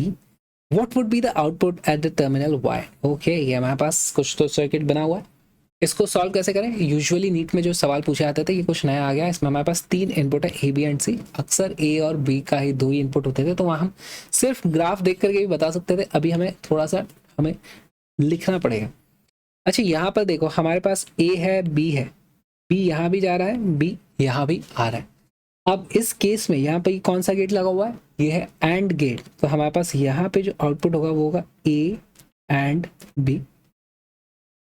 यहाँ पर and gate है, उसके आगे ये डॉट लगा है तो ये नैंड गेट है। तो यहाँ पर हमारे पास जो आउटपुट होगा वो क्या होगा, B एंड C का नॉट, उसका उल्टा हो जाएगा वो। और फिर हमारे पास यहाँ पे और गेट लगा हुआ है तो क्या मैं लिख सकता हूँ Y इज इक्वल टू उसके लिए जो इनपुट है पहला इनपुट और दूसरा इनपुट, ठीक। अब क्या इससे मैं यहाँ पे कुछ कर सकता हूँ, नहीं, हमें और सिंप्लिसिटी चाहिए तो हम यहाँ पर डी मॉर्गन्स थ्योरम लगा देंगे। Break the line change the sign, ये लाइन को ब्रेक करेंगे, गायब नहीं करेंगे, बस तोड़ देंगे बीच में से और इस साइन को बदल देंगे। बदल देंगे इसका डॉट को प्लस कर दे, प्लस को डॉट कर देते। इसी को मैं लिख सकता हूँ A and B plus B bar plus C bar. हमने इस लाइन को ब्रेक कर दिया है ना, दोनों के ऊपर इंडिविजुअली लाइन है, डॉट को प्लस कर दिया, break the line change the sign. अच्छा यहां से क्या हमें पता चलता है कुछ, ये देखो ये और है ये भी और है, दोनों और लगे हुए यहाँ पे। अगर इसमें b की वैल्यू कभी भी 1 हो गई, सॉरी b प्राइम b बार की वैल्यू कभी भी 1 हो गई तो ये पूरी वैल्यू 1 हो जाएगी। अगर c बार की कभी भी वैल्यू 1 हो गई तो ये वैल्यू 1 हो जाएगी। तो इसकी वैल्यू और इसकी वैल्यू को 1 होने के लिए b की वैल्यू को 0 होना पड़ेगा, c की वैल्यू को 0 होना पड़ेगा, तभी उसके ऊपर ये जो नॉट लगा हुआ है उससे वैल्यू 1 हो जाएगी वापस, राइट। तो if b is 0 y is equal to 1, if c is 0 y is equal to 1। अब देखो इतने से क्या हमारा काम चल रहा है, नहीं चलेगा तो हम इसको भी एनालाइज कर लेंगे। हमारे पास जो इनपुट साइन है यहाँ पे देखो, b की वैल्यू हमेशा या तो 0 रही है, और b की वैल्यू जिस वक्त 0 नहीं है उस वक्त c की वैल्यू 0 है, और फिर से जब c की वैल्यू 0 नहीं है उस वक्त b की वैल्यू फिर से 0 हो गई। तो इस पूरे टाइम इंटरवल में या तो b या c हमेशा 0 रहा, तो उसकी वजह से या तो ये वाली वैल्यू 1 हो जाएगी या ये वाली 1 हो जाएगी, हमेशा कोई ना कोई वैल्यू इन दोनों में से 1 है, और इनके बीच में कौन से गेट लगे, और अगर इनमें से एक भी वैल्यू 1 है तो y की वैल्यू 1 हो जाएगी, तो यानी हमेशा y की वैल्यू हमेशा 1 आएगी, यानी हमें हमेशा 5 वोल्ट का आउटपुट मिलता ही रहेगा। Option number 3 is the correct answer. इनको और एक ऑप्शन दे देना चाहिए था इस तरीके से जिसको 0 वोल्ट लिख देते हैं, तो लोग कंफ्यूज हो जाते हैं अच्छे से, है ना। चलो नेक्स्ट क्वेश्चन देखते हैं। A ball of mass 0.15 kilogram is dropped from a height of 10 meter, strikes the ground and rebounds to the same height. तो यानी कोई एनर्जी का लॉस नहीं हुआ। The magnitude of impulse imparted to the ball is, हमारे पास यहाँ से बॉल गिरी h हाइट से, है ना, उसकी यहाँ पर कुछ वेलोसिटी रही होगी ऐसे, उसका कुछ मोमेंटम रहा होगा mv, टक्कर के बाद उसका मोमेंटम ऊपर की तरफ हो जाएगा mv, उसमें इम्पल्स कितनी लग गई, चेंज इन मोमेंटम जो उसको इम्पल्स मिली है उसकी वैल्यू हो जाएगी 2 टाइम्स mv, नीचे की तरफ से 0 नहीं हुई ऊपर की तरफ हो गई, चेंजेस ट्वाइस ऑफ mv, और वेलोसिटी कितनी होती है वो हो जाती है √2gh। वैल्यू रखते जाओ, इसकी वैल्यू है 2 इंटू मास की वैल्यू है 0.15 इंटू वेलोसिटी की वैल्यू है 2 इंटू जी की वैल्यू 10 इंटू एच की वैल्यू 10, तो 10 बाहर आ जाएगा, इसकी वैल्यू 2 इंटू 1.5 इंटू √2 की वैल्यू कितनी होती है 1.414। अच्छा ये 1.414 इज √2, ये भी √2 से थोड़ा सा बड़ा है, तो √2 और √2 से थोड़ा सा बड़ा अगर मल्टीप्लाई होता है तो ये होता है 2 इंटू 2 से थोड़ी सी बड़ी चीज़, 2 प्लस लिख दिया मैंने उसको, इसको मैं क्या लिख सकता हूँ 4 प्लस 4 से थोड़ी सी बड़ी वैल्यू आएगी। Option number 2 is the correct answer. Exact calculation करने की जरूरत नहीं है। नेक्स्ट क्वेश्चन देखते हैं। A uniform rod of length 200 centimetre and mass 500 ग्राम। अच्छा यूनिफॉर्म है तो इसका ये जो मास, सेंटर ऑफ मास एकदम सेंटर पे होगा।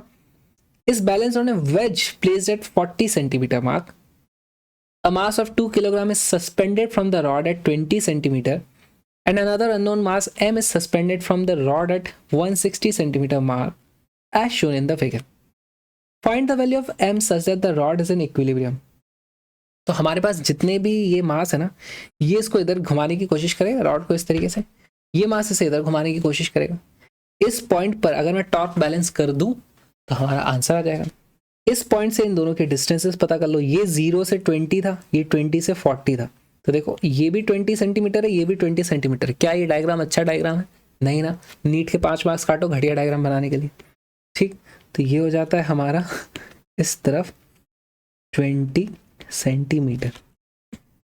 अच्छा ये 40 सेंटीमीटर है और ये भी 40 सेंटीमीटर है। क्या मजाक है यार, ऐसे कौन डायग्राम बनाता है, इतना घटिया डायग्राम। तो ये हमारे पास ये जो डिस्टेंस होता है 120 सेंटीमीटर। ये इसे इस तरफ घुमाने की कोशिश करेगा, ये इसे इस तरफ घुमाने की कोशिश करेगा, तो क्या दोनों का टॉर्क बैलेंस करते? नहीं, वहीं गलती हो जाएगी, क्योंकि इस रॉड का खुद का भी कुछ मास है। तो वो मास कितना है, यहां से लग रहा है उसके ऊपर सेंटर ऑफ मास 0.5 kg का, है ना। और ये वाला जो डिस्टेंस है, ये वाला डिस्टेंस कितना हो जाएगा, कोई बता सकता है? ये डिस्टेंस हो जाएगा 60 सेंटीमीटर। कैसे? ये जो सेंटर ऑफ मास है ये होगा 1 मीटर पे, यानी 100 सेंटीमीटर पे। यहाँ से यहाँ तक 40 सेंटीमीटर था, तो ये 60 बचेगा। अब देखो 20 इतना बड़ा था, 40 इतना बड़ा था, 40 इतना भी बड़ा था और 60 इतना बड़ा, कुछ भी डायग्राम है ये, इससे ज़्यादा घटिया डायग्राम नहीं हो सकता। और ठीक है, हमें क्या करना है, टॉर्क बैलेंस करते हैं। इस तरफ घुमाने वाले टॉर्क की वैल्यू है 2 kilogram into 20 centimetre must be equal to, इस तरफ घुमाने वाले दोनों टॉर्क को ऐड कर दो जो हो जाएगा 0.5 इंटू 60 प्लस m इंटू 120। सब में ग्रेविटी को भी मल्टीप्लाई करना है ना, फोर्स को मल्टीप्लाई करते हैं, मैंने सिर्फ मास को कर दिया, g सब में कॉमन आके कैंसिल आउट हो जाएगा, इसलिए मैंने लिखा नहीं उसको। 0 से 0 cancel, 2 into 2 is 4 minus 3 is equal to m into 12, है ना। तो m is equal to 1/12 kg। Option number 4 इसका करेक्ट आंसर हो जाता है। जिन लोगों ने ये मास नहीं कंसिडर किया होगा उसका आंसर शायद 2 आ जाता है ना। तो इस तरीके से हम क्वेश्चन सॉल्व करते हैं, तो अच्छा ऑप्शन बनाया हुआ है ये। नेक्स्ट क्वेश्चन देखते हैं। A point object is placed at a distance of 60 centimeter from a convex lens of focal length 30 centimeter। तो ये जो कॉन्वेक्स लेंस है इसकी फोकल लेंथ 30 सेंटीमीटर है, यहाँ पे 30, यहाँ पे 30, और हमने ऑब्जेक्ट रखी है यहाँ पर, ठीक है, ये 2f पर रखी हुई है, तो इसकी इमेज बनेगी, वो भी बनेगी 60 पे। तो u इज इक्वल टू -60 है, इसके लिए v की वैल्यू आ जाती है +60। कैसे आया, इसका फॉर्मूला भी है यार हमारे पास, v is equal to uf upon u plus f। Values रखोगे तो यहाँ पे वैल्यू आ जाएगी हमारी +60। तो यहाँ से इस तरीके से रे निकली होगी ऐसे, ये भी गई होगी इस तरफ ऐसे, और इतनी ही दूरी पर यानी कि यहाँ पर हमारी इमेज बन रही होगी ऐसे। लाइट रेस तो ऐसे जाना चाहती हैं, उन लाइट रेस को क्या पता कि हम चतुराई करेंगे और यहाँ पर रख देंगे मिरर, तो लाइट रेस ऐसे रिफ्लेक्ट होकर के यहाँ पर टकरा जाएंगी। क्या ये रियल इमेज बनती अगर यहाँ पे मिरर नहीं होता? जी हाँ, ये हमारी रियल इमेज बनती, लेकिन फिर हम मिरर ले आए तो अब ये एक वर्चुअल ऑब्जेक्ट बन गई है रियल मिरर के लिए। वर्चुअल ऑब्जेक्ट है तो हमारे पास रियल इमेज बन जाएगी। यहाँ पे देखो एक्चुअली में लाइंस क्रॉस हो रही हैं, तो ये एक रियल इमेज है, पहली बात। दूसरी बात, इसका डिस्टेंस कितना है, देखो यहाँ से यहाँ तक का डिस्टेंस होता 60, ये वाला डिस्टेंस होता 60, ये वाला डिस्टेंस है हमारे पास 40, तो ये वाला हमारे पास डिस्टेंस कितना बच जाता है, ये डिस्टेंस बच जाता है हमारे पास 20, तो ये वाला डिस्टेंस भी आ जाता है 20, तो ये वाला डिस्टेंस भी आ जाता है 20। अब देख लो इसको कैसे लाइन है, 20 centimetre from the lens it would be a real image. Oh yes, 1 is the correct answer. दूसरा ऑप्शन क्या हो सकता है, 20 centimetre from the plane mirror it would be a virtual image. तो ये यहाँ से 20 सेंटीमीटर ही है, पर ये वर्चुअल इमेज नहीं है यार, हमारी तो रियल इमेज है, तो ये नहीं होगा, हमारा आंसर होगा 1। 4 is not our answer, 1 is our answer. Next question देखते हैं। A step down transformer connected to an AC main supply of 220 volt is made to operate at 11 volt 44 watt lamp. Ignoring power losses in the transformer, what is the current in the primary circuit? बनाइए भाई transformer, ये रहा हमारा transformer, साथ में हमारे पास secondary. Just step down है तो यहाँ पर नंबर ऑफ कॉइल्स कम होनी चाहिए थी, मैंने गलती से ज़्यादा बना दिया, कोई बात नहीं। यहाँ पर हमारे पास 220 वोल्ट है और कुछ करंट होगा I1। यहाँ पर हमारे पास कितने वोल्ट है, 11 वोल्ट है, करंट होगा I2। पावर की वैल्यू क्या है, पावर यहाँ पर है 44 वॉट, और ignoring power losses in the transformer what is the current in the primary circuit. तो कोई पावर का लॉस नहीं हो रहा है, आउटपुट में 44 वॉट है, तो यहाँ पर इनपुट भी हमारे पास 44 वॉट ही रही होगी। तो 44 watt is equal to nothing but voltage into current, है ना। और ये लैंप है, तो लैंप में हमारे पास वो cos फाई भी नहीं करना पड़ता, ठीक है, कोई फेज डिफरेंस नहीं होता। लैंप में हमारे पास सीधे सीधे जितना वोल्टेज है करंट को मल्टीप्लाई कर दो, पावर आ जाती है। उसका आंसर आ जाएगा हमारे पास 44 watt is equal to 220 into I1। I1 की वैल्यू आ जाती है 44/220, वैल्यू कितनी आ जाती है 2/10 यानी कि 0.2 ampere. Option number 1 is the correct answer. बहुत ही आसान सवाल था ये भी, वैसे by the way repeated question है, अगर आपको नहीं पता है तो बता देता हूँ।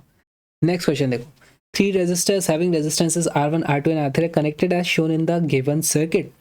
The ratio of I3 by I1 of the currents in term of resistances used in the circuit is, ठीक है, यहाँ पे कुछ हम वैल्यूज लिख सकते हैं। सबसे पहली इक्वेशन जो मैं लिखना चाहूंगा, क्या हमें यहाँ पे दिख रहा है कि this current is splitting into two currents. ठीक है, तो हम लिख सकते हैं I1 is equal to I2 plus I3। बहुत ही सिंपल। और एक इक्वेशन लिख सकते हैं हम, क्या इक्वेशन होगी, इन दोनों के अक्रॉस जो पोटेंशियल ड्रॉप है वो सेम है। कितना, इस पॉइंट का और इस पॉइंट के बीच में जो भी पोटेंशियल ड्रॉप होगा, V0 लिख दूं मान लो, तो वो सेम है।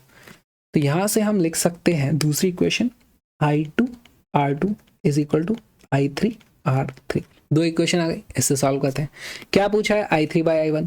तो इस इक्वेशन में I1 है, I2 है, I3 है, इसमें से I2 उड़ा दूंगा तो आंसर आ जाएगा। अब इस इक्वेशन की मदद से मैं लिख सकता हूं, क्या लिख सकता हूं, इसका मतलब हो गया I2 is equal to I3 R3 upon R2।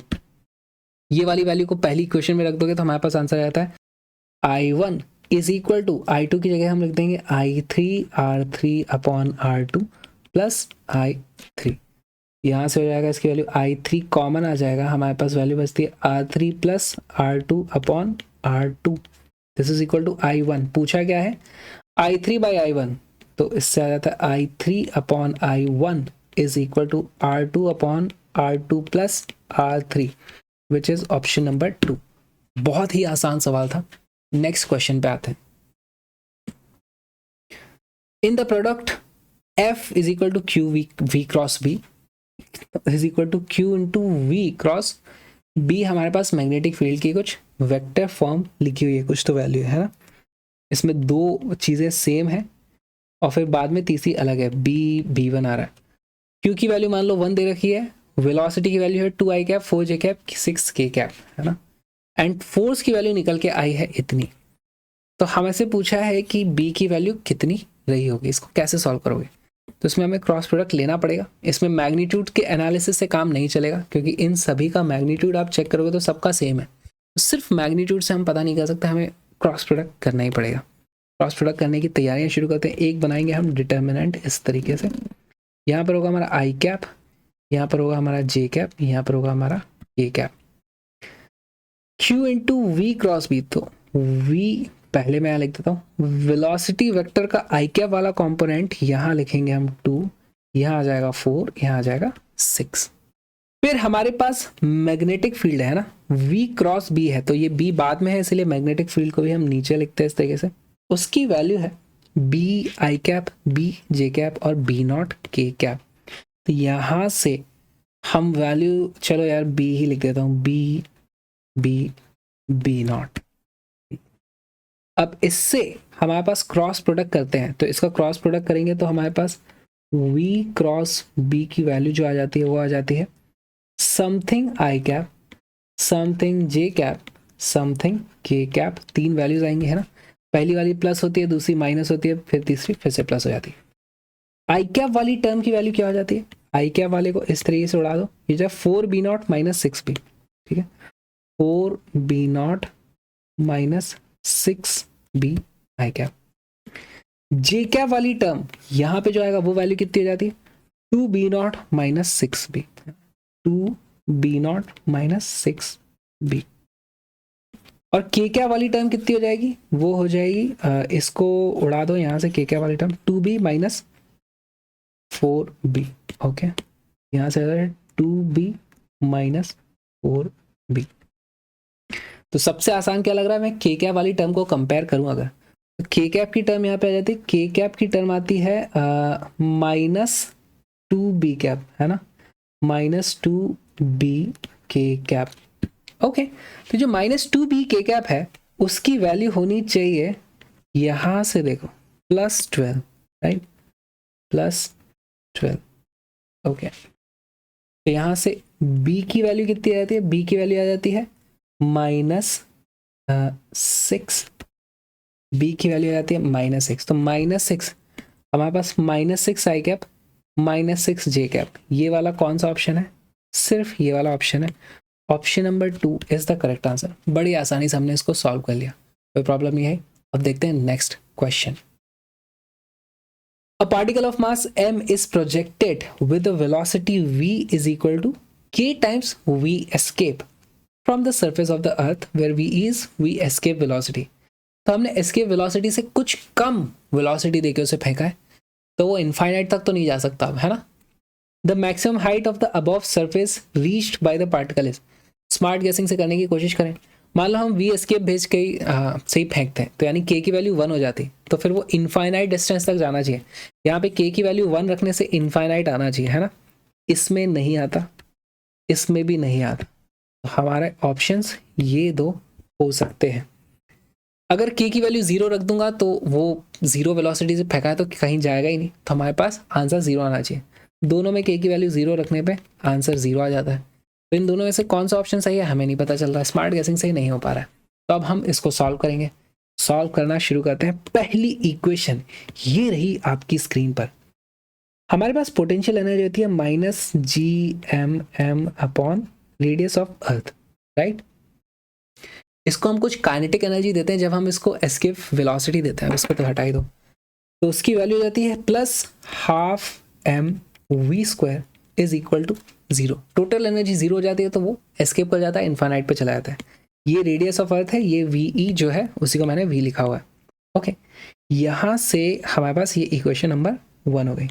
Alright, दूसरी इक्वेशन क्या है, हमसे पूछा है दूसरी बार पोटेंशियल एनर्जी तो उतनी थी -GMM डिवाइडेड बाय R, फिर हमने उसको कुछ काइनेटिक एनर्जी दे दी। काइनेटिक एनर्जी ऐड करेंगे कितनी, 12m, वेलोसिटी की जगह k टाइम्स वेलोसिटी थी तो यहाँ पे k² v², है ना। इतनी काइनेटिक एनर्जी ऐड करी, तो अब ये इनफाइनाइट पे नहीं जा सकता, है ना, उससे कहीं पहले ही रह जाएगा। तो टोटल एनर्जी तो इसकी 0 नहीं हुई होगी, कुछ बची होगी। कितनी हाइट तक जा सकता है, -GMM डिवाइडेड बाय नीचे जो उसका अर्थ के सेंटर से डिस्टेंस होगा। इनिशियली वो डिस्टेंस था r, अब मान लो वो h हाइट गया है तो ये r+h हो जाता है। ओके, यहाँ पर GMM/r है, यहाँ GMM/r समथिंग है, तो ये 12mv² जो है, क्या मैं यहाँ से 12mv² की वैल्यू रख सकता हूँ GMM/r, है ना। तो यहाँ से हमारे पास वैल्यू आ जाएगी फिर से -GMM divided by r plus GMM divided by r into k², है ना, क्योंकि यहाँ से इसकी वैल्यू हमने रख दी है, k² एज इट इज बचा हुआ है, is equal to -GMM divided by r plus h। क्या क्या कट गया, GMM सारे कट गए। ऑलराइट, हमारे पास वैल्यू बचती है -1 divided by r is equal to -1 upon r plus h। यहाँ से आ जाता है हमारे पास क्या वैल्यू आ रही है, r plus h into k² -1 is equal to -r। यहाँ से हमारे पास वैल्यू क्या आ जाती है, देखो r into k² -r plus h k² -1, okay, is equal to -r। ये -r से -r कट गया, हमारे पास h की वैल्यू यहाँ से आ जाती है, h is equal to r k² upon 1 - k²।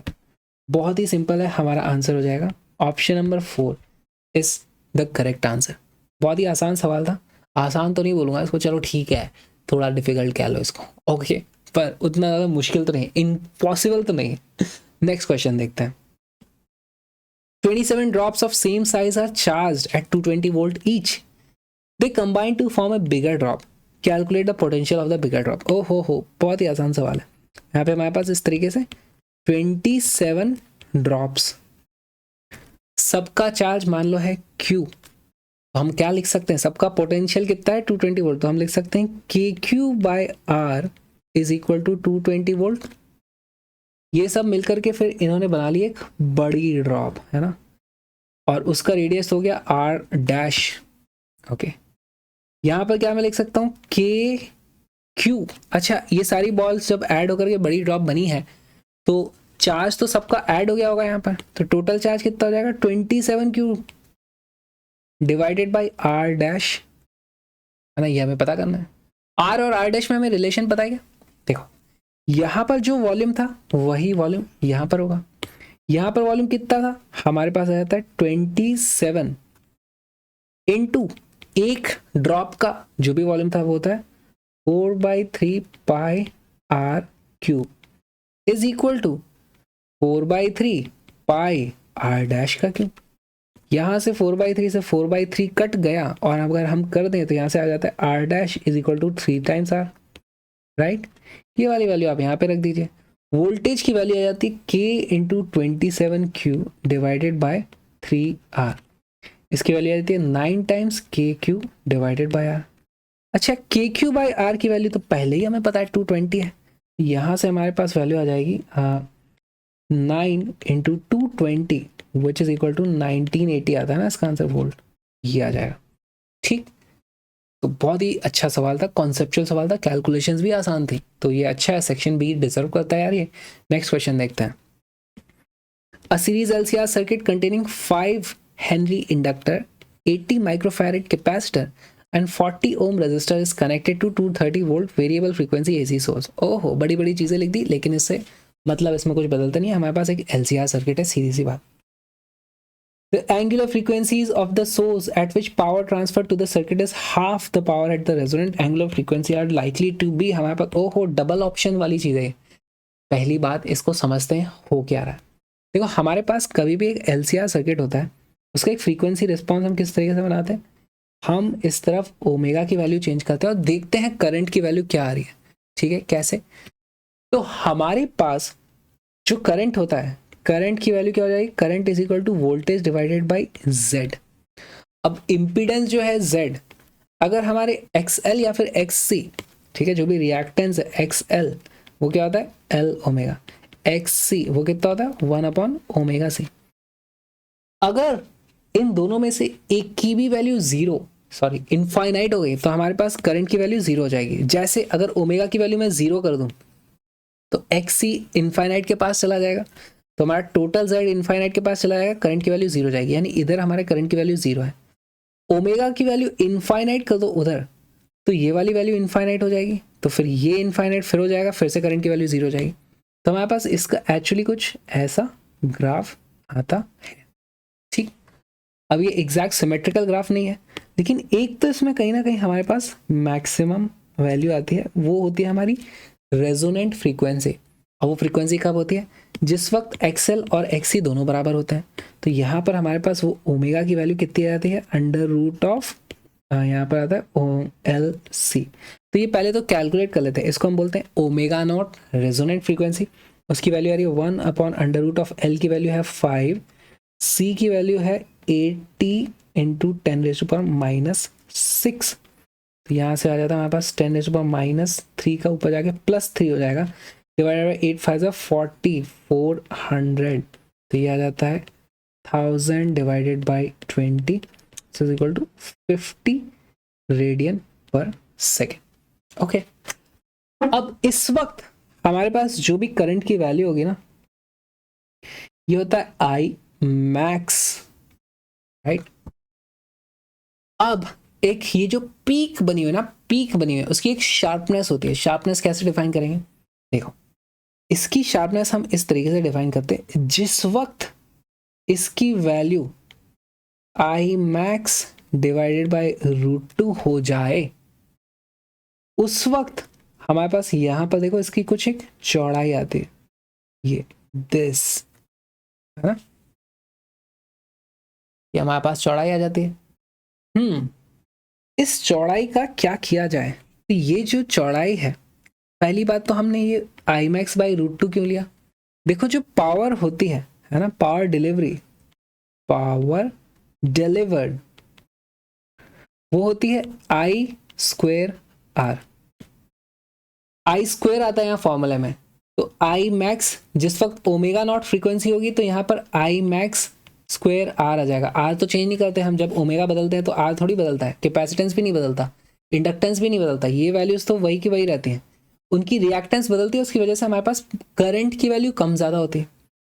अगर करंट की वैल्यू I max बाई √2 हो गई तो उसका स्क्वायर करोगे तो वो हो जाएगा I max का स्क्वायर डिवाइडेड बाई 2, यानी कि उस वक्त 50% पावर डिलीवरी होती है। ठीक है, इस वक्त हमारे पास 50% पावर डिलीवरी हो रही है, और यही हमसे पूछा है सवाल में कि 50% हाफ द पावर कब होती है, ओके, तो इस फ्रीक्वेंसी पे भी हमारे पास 50% पावर डिलीवर होगी, इस फ्रीक्वेंसी पे भी हमारे पास 50% पावर डिलीवर होगी। तो हमारे पास दो फ्रीक्वेंसीज आने वाली हैं, इसलिए हमें सारे ऑप्शंस इस तरीके से डबल डबल है। अच्छा, ऐसा सिमेट्रिकल तो नहीं होता है ग्राफ एग्जैक्टली, है ना, इस तरफ इनफाइनाइट तक जाती है वैल्यू, इधर 0 तक आती है, पर फिर भी हम मोटा मोटी कह सकते हैं कि इन दोनों वैल्यूज़ की जो मीन वैल्यू है वो 50 के आसपास रहेगी। तो ये हमारा ऑप्शन हो सकता है, ये नहीं हो सकता हमारा ऑप्शन, इसमें तो एक वैल्यू खुद 50 है। ये भी हमारा ऑप्शन हो सकता है, ये भी हमारा ऑप्शन हो सकता है, दोनों हमारे ऑप्शंस हो सकते हैं। कौन सा ऑप्शन है, तो कैसे पता करोगे ये, तो इसका एक हमारे पास फॉर्मूला होता है ना, वो उसका डेरिवेशन मैं अभी नहीं कराऊंगा।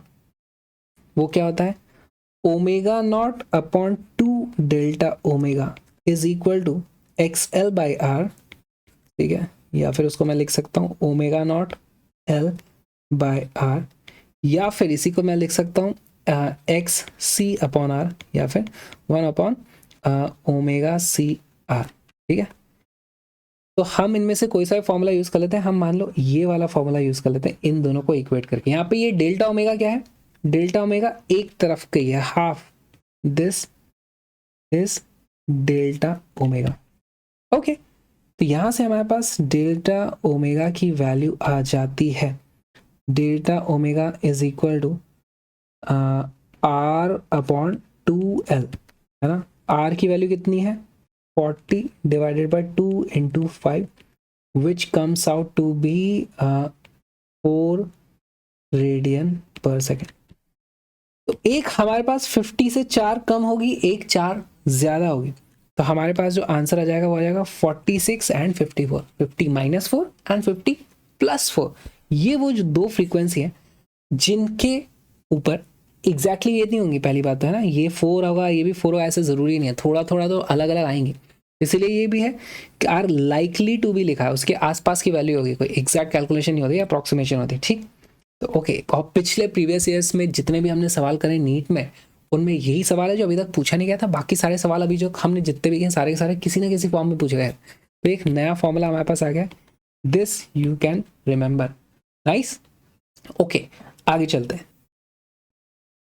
A uniform conducting wire of length 12A and resistance R is wound up as a current carrying coil in the shape of an equilateral triangle of side A, a square of side A. The magnetic dipole moment of the coil in each case respectively is. Magnetic dipole moment की value क्या होती है, NIA। पहले हम पता करेंगे M1, है ना। पहला केस क्या है, equilateral triangle of side A.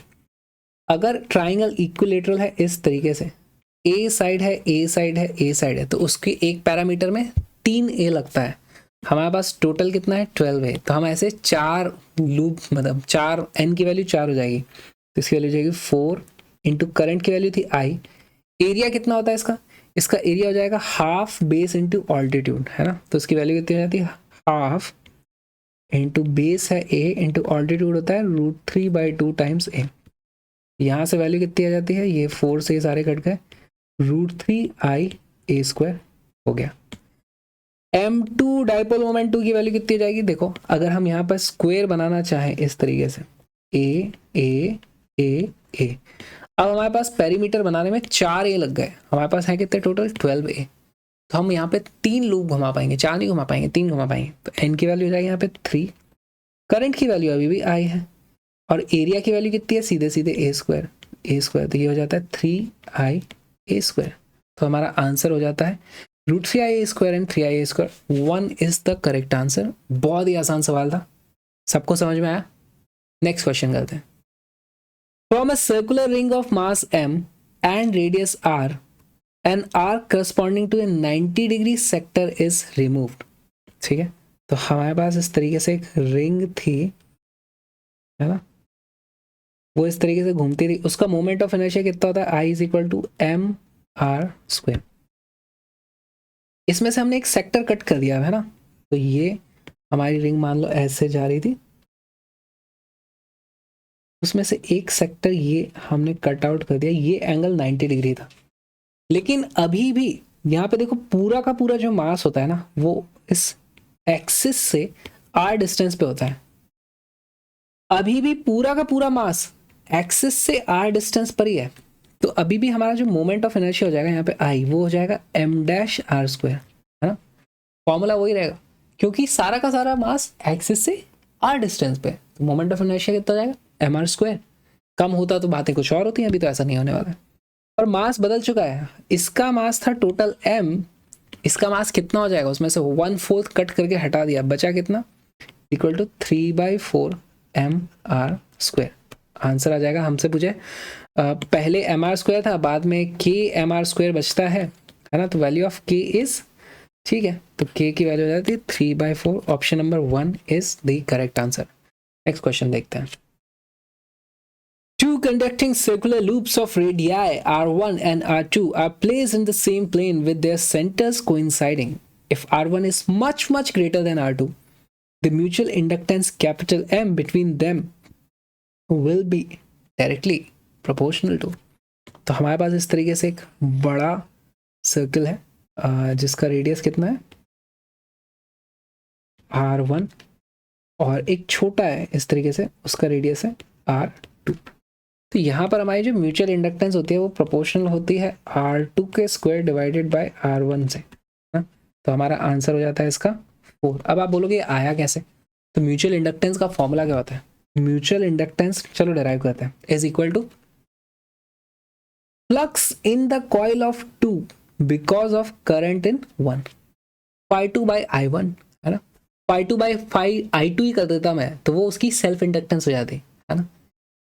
Flux in this, इसकी वैल्यू क्या है, इसमें जो फ्लक्स होगा उसकी वैल्यू कितनी हो जाएगी, उसमें मान लो n नंबर ऑफ कॉइल्स है ना, तो वो n2 होगा क्योंकि इस कॉइल की बात करें n, और यहाँ पर जो भी मैग्नेटिक फील्ड होता है और एरिया, ठीक है, तो मैग्नेटिक फील्ड कितना है b जो इस 1 ने क्रिएट किया होगा, और एरिया है ना, एरिया ऑफ 2, इसी का एरिया डिवाइडेड बाय I1,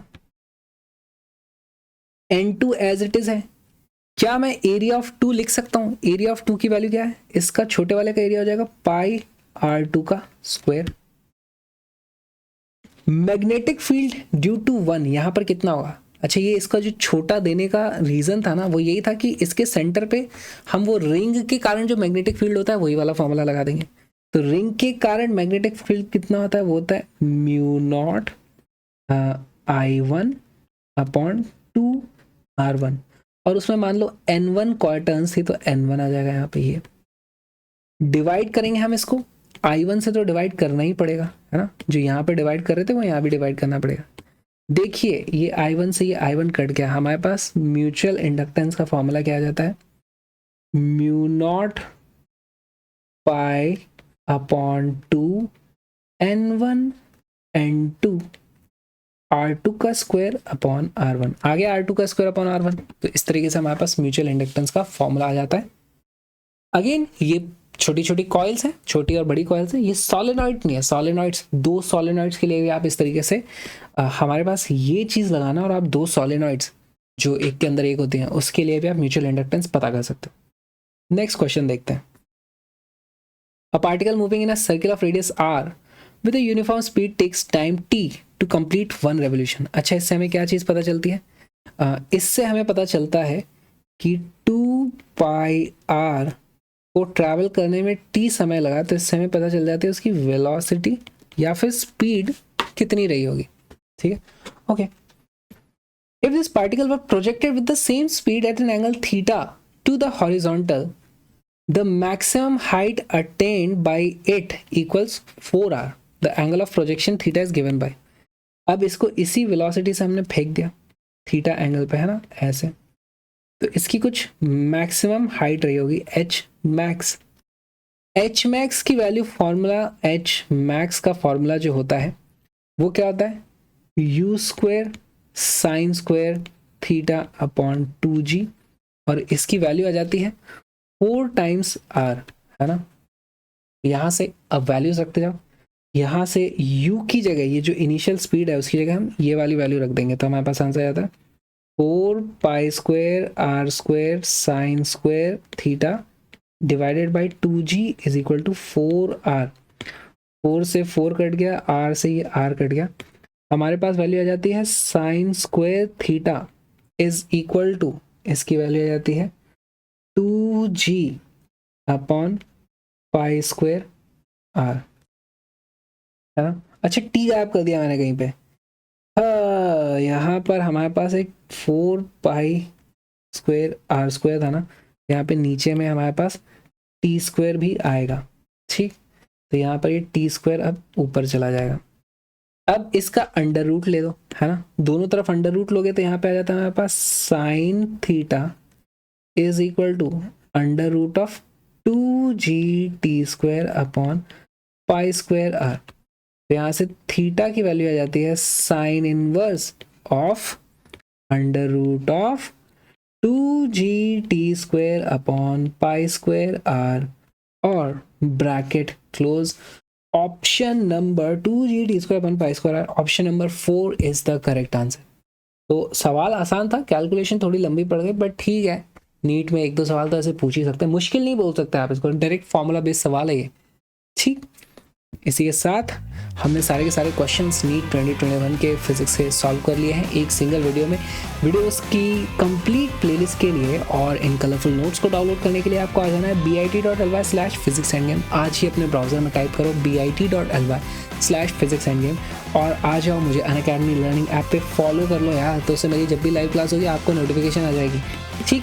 और अपना फ्री प्लान आज ही अनलॉक करो, use my code Vikrant to unlock your free plan and let's study live on the Unacademy learning app. मेरा नाम विक्रांत किरार है और आप देख रहे हो फिजिक्स एंड गेम आप पे।